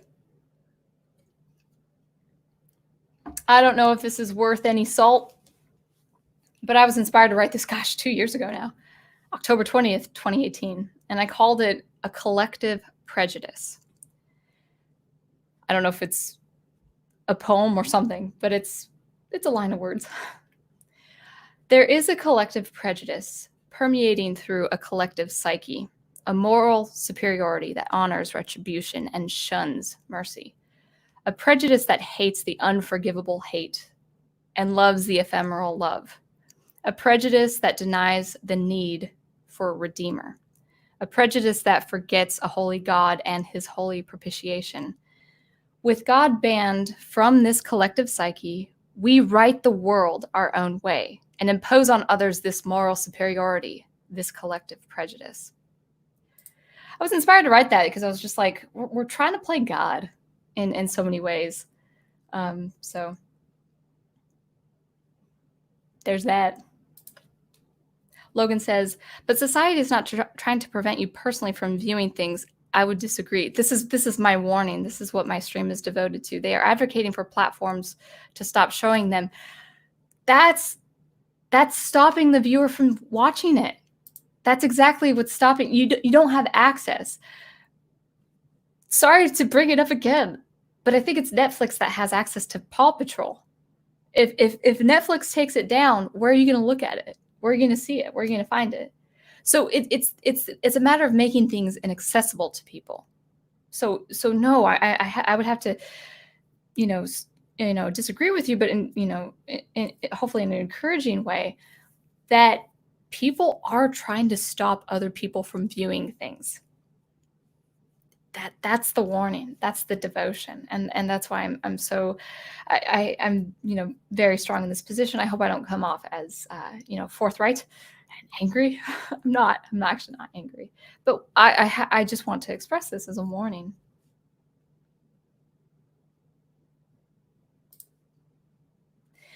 Sound Engraver or Age Boomer says, yes, I watch the same kind of movies as Fan Man, but I've known horror fans that won't touch the Saw movies. Why? Is it just too gnarly? Daniel Heron says, if society removes God, they will replace divine faith with secularism thought. Yeah, and it comes in the form of moral superiority. I know better than you. I have more morals than you. You have to listen to me, because if you oppose me, if you do not adhere to what I have to say, you are morally inferior. Therefore, you are unrighteous, and I have to punish you. That's exactly what the conduct is.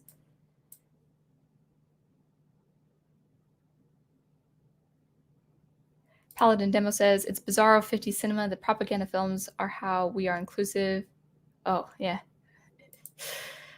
Yeah. Unfortunately. Owen Lister says, censorship is the equivalent of sweeping dust under the rug and ignoring it and hope nobody notices. That's exactly what it is. If you make art inaccessible, people will forget. So it's like friction. Okay, so here's the thing. Let's use a common application, a common day-to-day application. I can go hours without my phone. Hours. If you want to reach me, DM me on Twitter or email me. When people say, "Well, can I have your number?" I'm like, listen, I really don't use my phone." And it's because the whole point of this is because my phone has very minimal storage. It has 1 gigabyte of data available. And I use maybe 0.1 gigabytes of data every month on my phone. I just hardly use my phone. I use my phone to talk and text. I barely use it for the internet. Like, maybe I'll use it for YouTube if I have enough battery power. But I barely use it for the internet. I don't look up stuff on my phone because it's a matter of friction. That phone is actually a very impractical phone to search the web and do all these versatile things that a lot of phones do. Even my iPad is quite old and it's quite you tap the screen and the button's not responding. It's the same way with my phone. I don't have a nice phone. I don't have a sleek phone. I don't have anything about that phone that would entice me to go on the internet. If I need to go on the internet, I actually wait. I drive home and you see this beautiful screen here, my iMac. I do everything on my iMac. And then an older laptop just for my writing. So I have a separate laptop only for my writing. I don't go on the internet for that laptop either, even though I have access. 1 second. Dang it. There's this gnat. So, yeah. So I would say people, if they don't censor it all the way, they want to make it inaccessible as much as possible because it will cause that friction. It's going to cause that friction. And the more friction is there, the less people are inclined to viewing whatever is viewing. And so maybe it's watered down censorship. Maybe it's in order to see this, you're going to have to pay something to get to this particular site. And I think that's also a problem, kind of a watered down version of censorship as well. Logan says, is it okay to keep funding new seasons of Cops when it glorifies police violence, especially when they could give that money and airtime to other creators?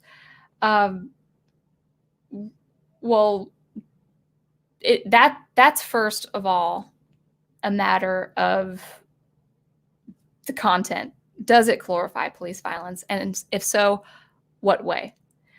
Because if you're just talking about a show where cops are involved in their own life, in their work, with their comrades, on a crime scene, with their family, like real life, everyday policemen and policewomen, that's not glorifying police violence. Now, I don't watch these shows, so I don't know. But you know what people do not consider? This is, you got to be observant when you're talking about these. When I lived in Arkansas, it was not uncommon for me to see a cop pull over, or at least a police car pull someone over on the side of a highway, rural, poor part of Arkansas. It was not uncommon for me to see a beautiful young African-American woman police officer approach this car. Someone who's younger than me too. Or Hispanic young woman who's a police officer trying to placate a man who's wanting an altercation. People do not see the work and the risk that go into police work. I'm not here to speculate anything upon anything about the situation at hand, what had happened in Minnesota. But I will say, I have talked with police officers.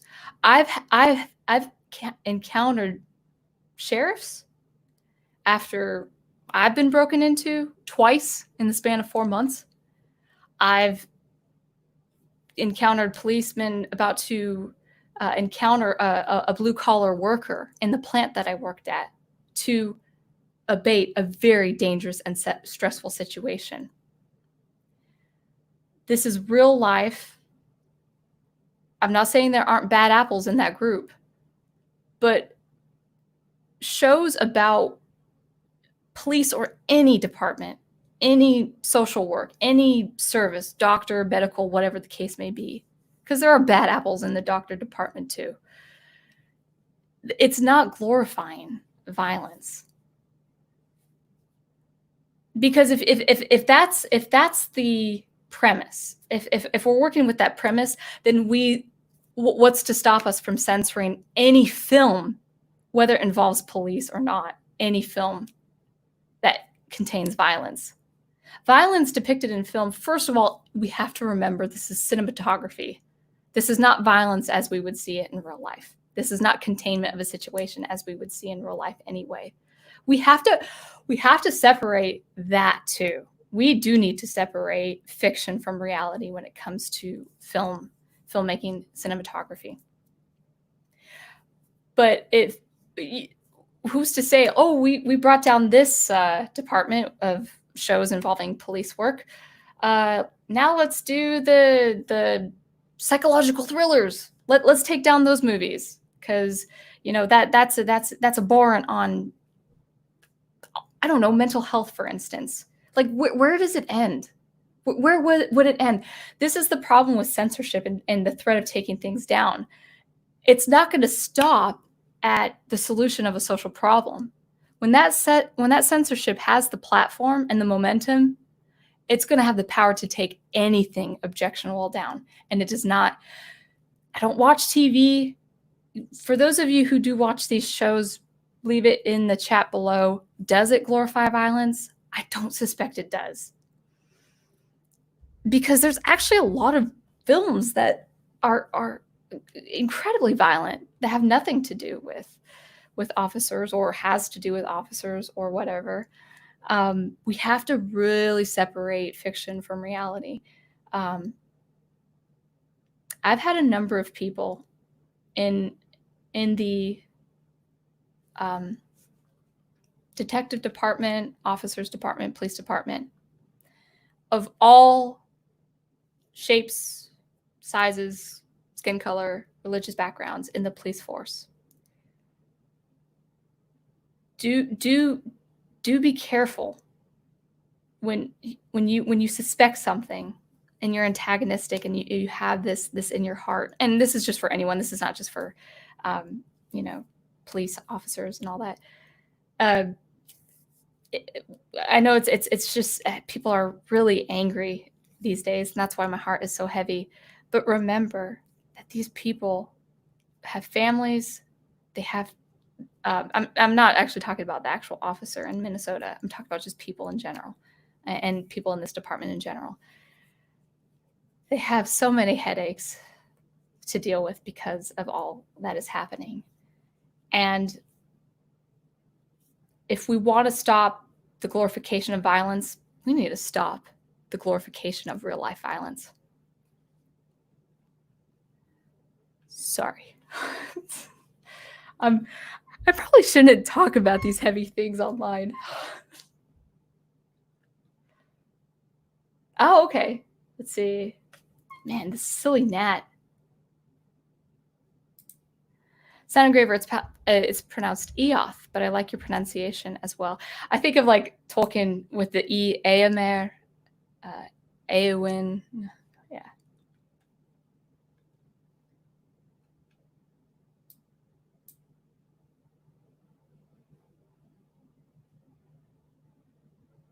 You guys do know your history. I need to read up my history. I'm really not that well-rounded, guys. I will confess. You know, this channel's about music, right? But right now it's about art.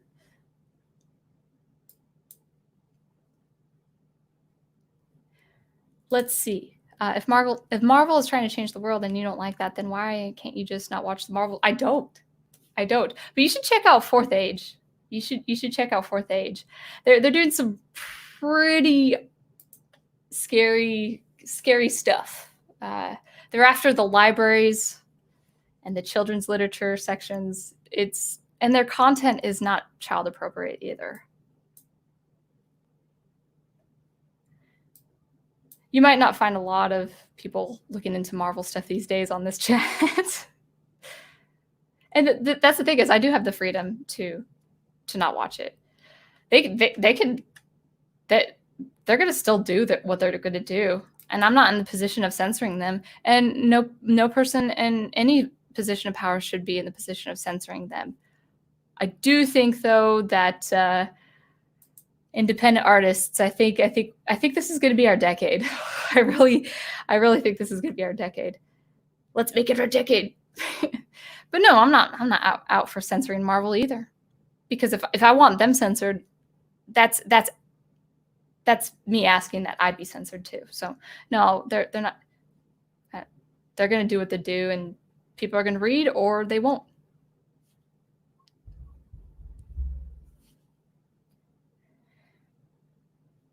Paladin Nemo says Tumblr was a quarantine zone for the cult that we're experiencing now, and then Tumblr stopped allowing. Oh, really? I know nothing about that. I can't speculate. I don't know anything. Oh, goodness. I gotta watch a movie. It's 11:19. Let's wrap this up soon.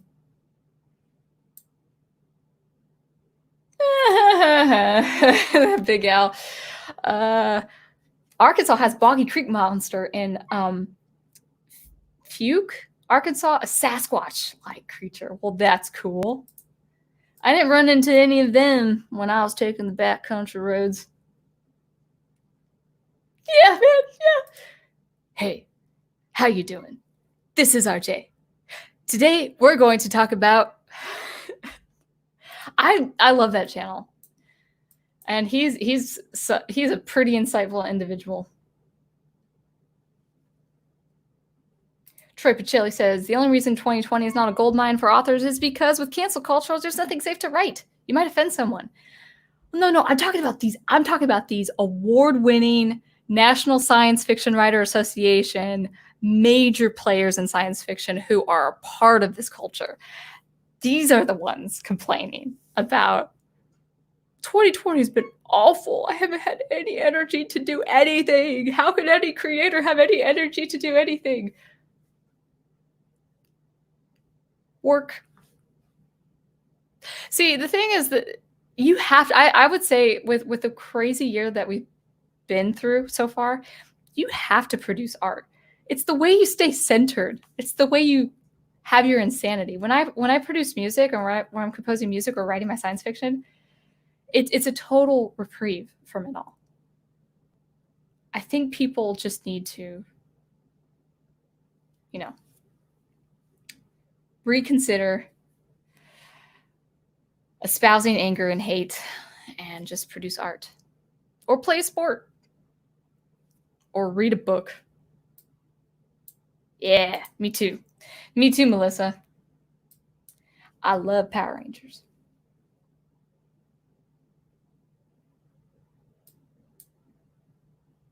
All right. Looks like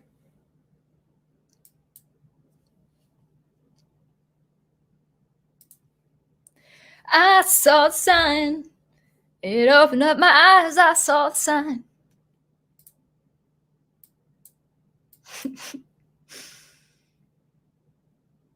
So Troy Pacelli says cops, live PD were definitely canceled. Talk of others. Yeah, or at least the very threat. Oh yeah, Looney Tunes. A cowboy and a hunter not having guns. Yeah, that's ridiculous. Elmer Fudd's comedy was his gun. Like, you know what we need to do? We need to rewatch that Wabbit season, duck season, Wabbit season, and it like I love. It's kind of a cruel. I think it's a funny joke, but again, it's a joke. Like, I think I can't remember all the lines of that episode, but it's where oh yeah, Bugs Bunny and Daffy Duck, they're looking at a menu, and they're trying to make Elmer Fudd salivate for the other. Like, Bugs Bunny's, trying to whet the appetite for all these these duck entrees, and Daffy Duck is trying to do the same thing for all these rabbit entrees. And then Elmer Fudd comes in and says, "Oh, I'm sorry, guys." Well, I can't do his little.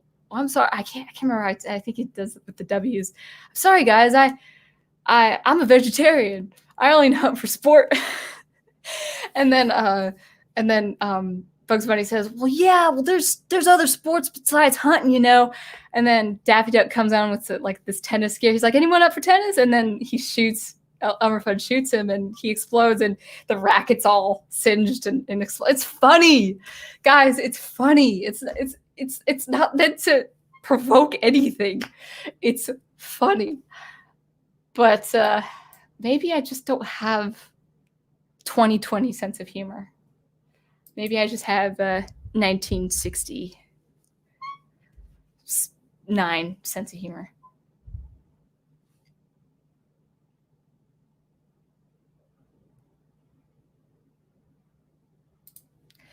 All right. Sound Engraver says that scene in the film Battle on the Ice inspired the Battle Hoth scene in Empire Strikes Back. Cool. Looking forward to it. Yeah, it's great to see you guys do your art and all that. Sound Engraver, the reason why I take the vowel out of God is in the difference to Jewish traditions. Oh, to spell out or say the name. Oh. Wow. Does that have anything to do with the name Yahweh with the vowels taken out? I don't know. That's cool. Something that really annoyed me. I didn't finish the book Plato's Republic. I just couldn't. It started out great, and then it just wasn't for me. Maybe I'll read it again when I'm in the mood. But I think it was the scholar who did this. But every time the Greek philosophers would express God's name in vain, they would capitalize the G. But every time they talked about God and his virtue and his holiness, they lowercase the G. I was like, I don't think that was Socrates. I think that was the Northwestern University scholar in Chicago, I think it is.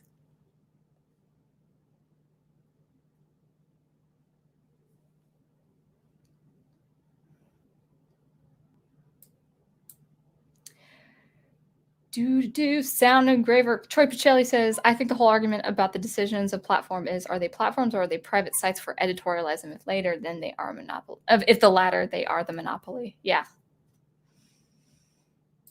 But that's okay. We're developing our own community of artists.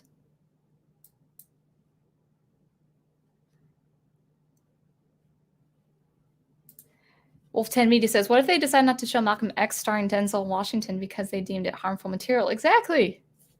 It's like, listen, if you're an adult or even a well-rounded teenager or young person, you're going to have the maturity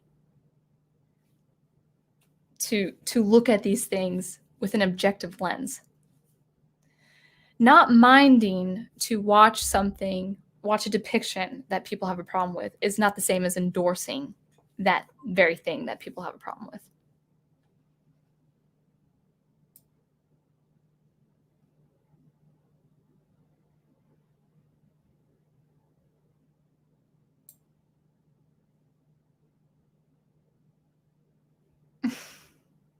Thanks, Big Al. Yeah, there is a gnat. Yep. Sound engraver. If you use the argument that you're using, then we could say if we censor playing Soviet political propaganda on TV, then where will it stop? I'm not sure. I would have to think about that one. I really would have to think about that one. But I tell you what, don't think your art is safe if you start seeing censorship. You will not be safe, Logan. And I think you're a composer. Maybe you're an instrumentalist and you write instrumental music, so you might be safe like me. But I'm writing a faith-based song that I don't want censored. It's to minister to my Christian brothers and sisters. So yeah, it might not be depicting anything that's culturally inappropriate now, but maybe 50 years from now, they're like, this song, this is too much. We're gonna take this down. Now, propaganda. Let's see. I really would have to think about that one. I really would have to think about that one. But I will say, look what Marvel's doing. Look what Marvel's doing and what they're trying to do with children's literature. You'll find some propaganda. Check out Fourth Age. You won't be sorry. Even if you disagree, you will be enlightened.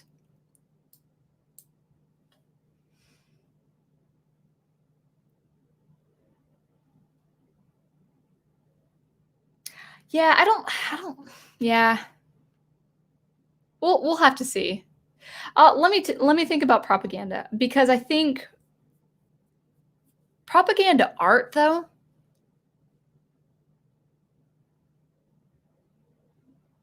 My first answer, and again, this will require me to think about it a lot more deeply. My first instinctive response to censoring propaganda, if it's up to the artist, make that art. Make it. I won't watch it. I won't consume it. In fact, I'll criticize it and I'll oppose it, because I'll have that liberty to opposing it, but not censoring it. Not censoring it. But if you're assimilating propaganda with police shows, we might have a disconnect. But you'll have to clarify.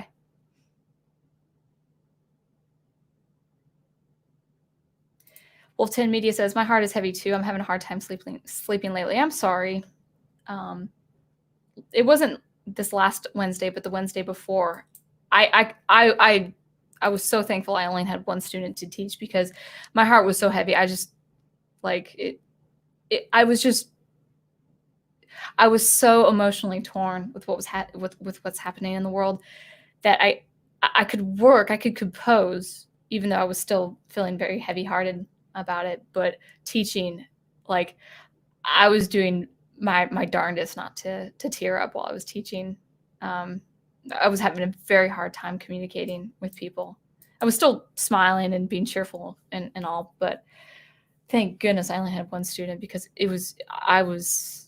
whew, yeah, hearts are heavy. It's really sad to see these people affected in this way, and such on a massive scale. That's what's so hard about it.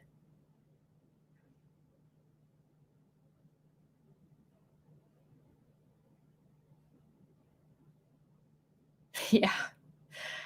Yep. I will say this. I had a very hard summer, 2016. So Troy was saying about who are you going to call when you're in trouble? Who do you go to when attacked, mugged, or robbed? Serious questions demand an answer before we censor, defend, or abolish cops. When you're by yourself, when you live by yourself, and you come home at night, and your place is totally ransacked, and your window is busted open, and everything out of your closet and everything out of your cabinets is totally destroyed, and you don't have a secure window, and you're on the bottom floor, the ground floor, you want some level of assurance. And I was very grateful for the first detective that responded to my call. He made sure all the closet doors were open and emptied, that no one was hiding in my place. And I was I was grateful. I was grateful. Some of my things were recovered, even after months of it being lost. I was grateful. We cannot let the wicked actions of one define the many. And that's fact. Just remember also that there are police officers that are younger than you, or maybe if you're really young, maybe not, but younger than me, who are women, who are shorter than me. And then when I see a woman come out of the police car to approach a vehicle, I pray. You start thinking things in a different way.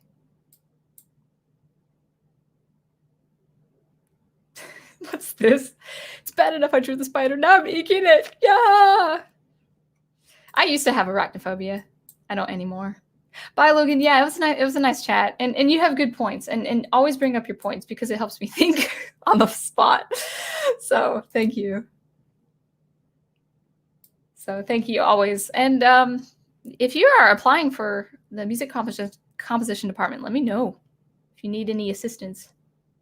I turned in a terrible portfolio of music, and they accepted me, but I had a good interview with my professors, and I was charming.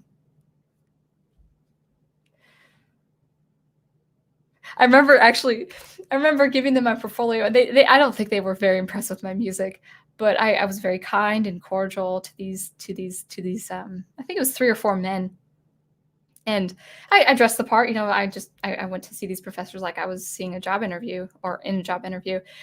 And as I was leaving for the door, I said, "Goodbye, guys." And then I said, "I mean, gentlemen." And they laughed at that, and then I got accepted. So be charming. I don't know how they do it now, but that's how I did it.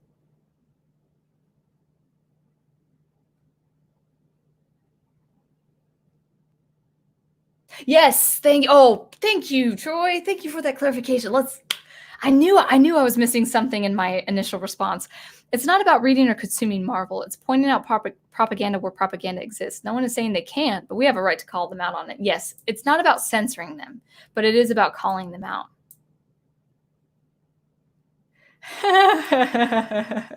I knew there was going to be a comment for that. 2020 sense of humor is lame. I gotta watch the movie, guys. There's no 2020 sense of humor. Humor is impossible without being allowed to offend people. Yeah. Yep. Big Al says, your sense of humor is great. Anyone who loves Looney Tunes is A-okay. Yeah. And granted, there are some stuff, but I wouldn't censor it. Maybe it's me. Maybe I'm sick in the head, but some of that stuff doesn't bother me.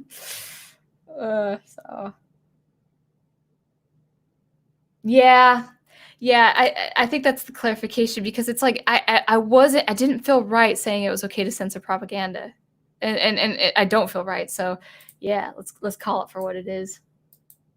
Just the only thing we should censor is censorship. I mean, we shouldn't even censor that. We should talk about it.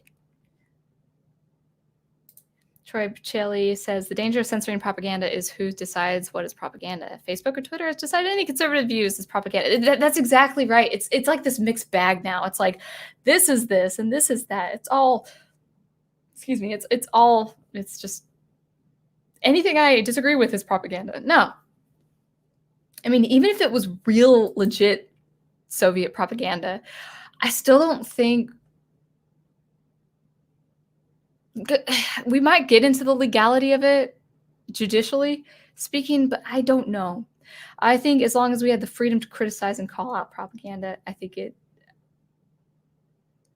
it's, dude, I'm just going to say it. Children's literature, look it up. Just yeah. Read Charlotte's Web, guys. Yeah. Sound Engraver, on a positive note, I just redrew my character as Wednesday Addams. That's cool. That is cool. Daniel Craig says, when I was in college, I took a class on crime and law in the U.S. and Soviet in the 1930s. We watched the Soviet-era propaganda film, live translated from Russian. Interesting. Dude, like, okay, listen. If there's a book on, like, Adolf Hitler's writings and his thoughts and his sentiments, we need to know them. We need to read them. And we need to be vigilant on what he said. So we learn what to look out for these things. Don't censor these things. As ugly as they are, as disturbing as they are, don't censor them. Now, I feel like I'm going on a rant now. So guys, censor me. Quiet me. Okay, so it's 11:38. I think the film is like an hour and a half. I should wrap it up.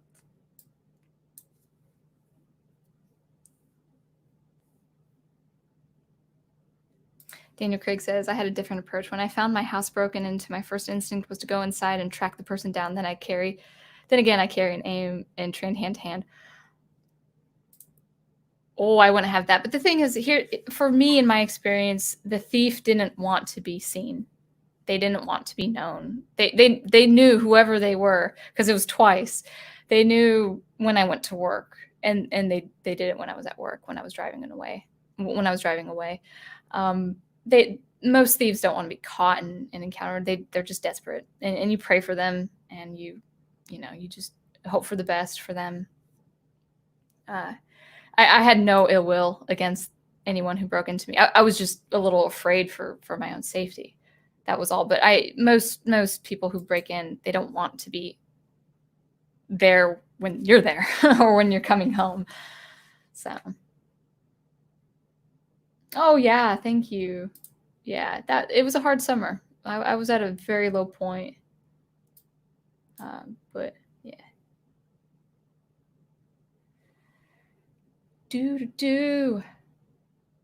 Yeah, actually, yeah, I do need to see you. I think I see you on the. Yeah, I will check out your stuff. I think I saw like a traced out spider or something. The scary Stephen Cruz, thank you for commenting. And the scary thought is, how far will it go if we don't stop the censoring of art? Exactly. We have to cut it at the quick right now, because it's only going to grow. The problem is only going to grow from here. Will the artists get arrested if their art is considered offensive or problematic? Will they get fined? It's just crazy. Listen, I mean, there were composers that left Russia. You know, they left for Paris, Hungary, and Romania, and all of that. Some very serious stuff happened where they had to leave, or they would have to write for the state. I just want artistic freedom, guys. Just our artistic freedom, y'all. But we'll get what we can. Go watch the movie. Yes, I know. Watch the movie. Absolutely, Daniel Craig. I agree. These views need to be taught, so we know what to look out for. Okay.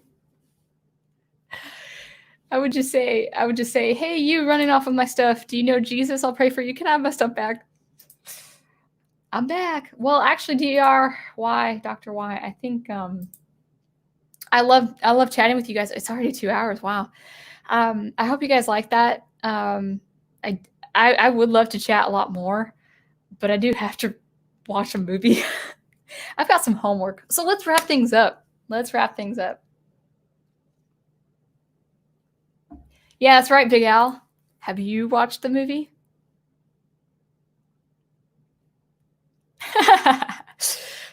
That's funny. You're watching it tomorrow? See, I have to work tomorrow and I have to compose, so I have to watch it tonight.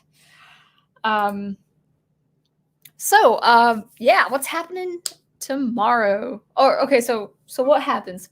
Monday, 9:30 Eastern Time.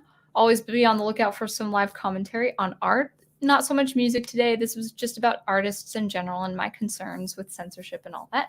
Hopefully you liked it. If you disagree, understandable. I know this is a very heavy topic, and thank you guys for being troopers and whether you agreed or not. Thanks for the support either way. I think all of you guys were very charitable in your responses to this topic.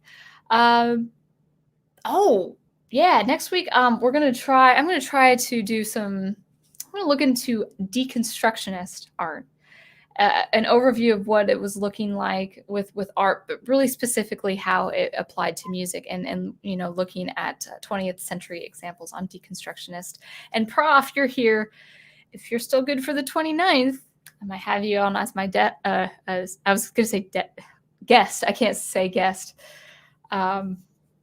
So if you are up for the 29th on talking about the deconstruction of heroes after my 22nd overview of the deconstructionist art and music, I think we can find some nice parallels, because there are parallels.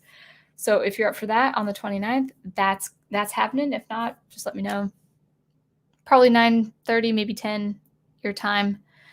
So that's happening there.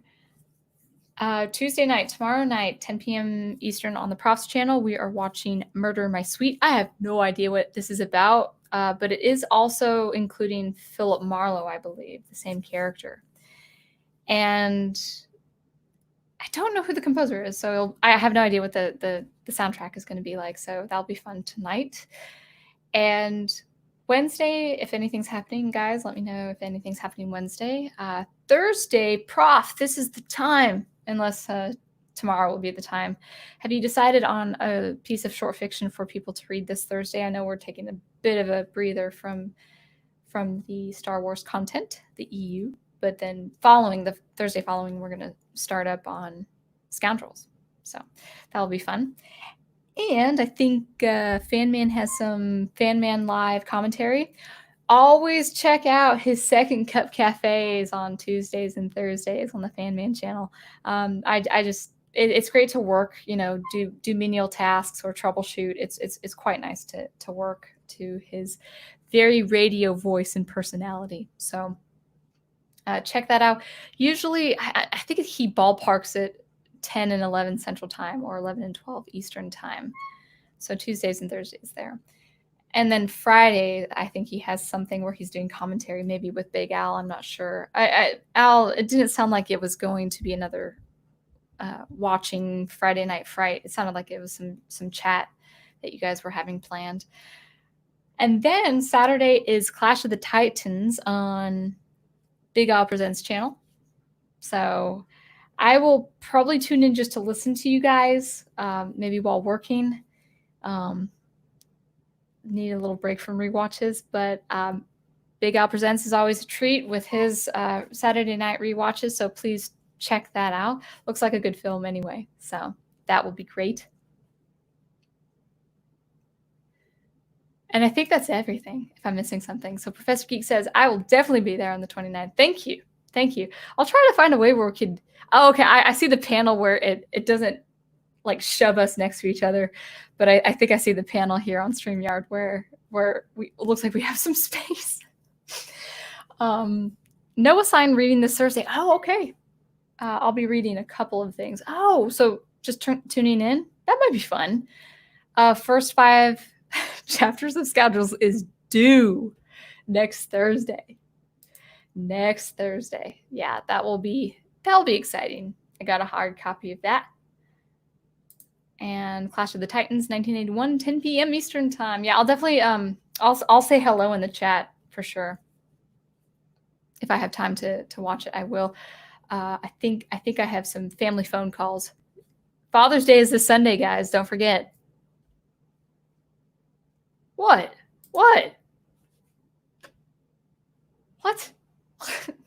Oh, is this what you're reacting to? I've yet to watch Clash of the Titans, and I'm a Harryhausen fan.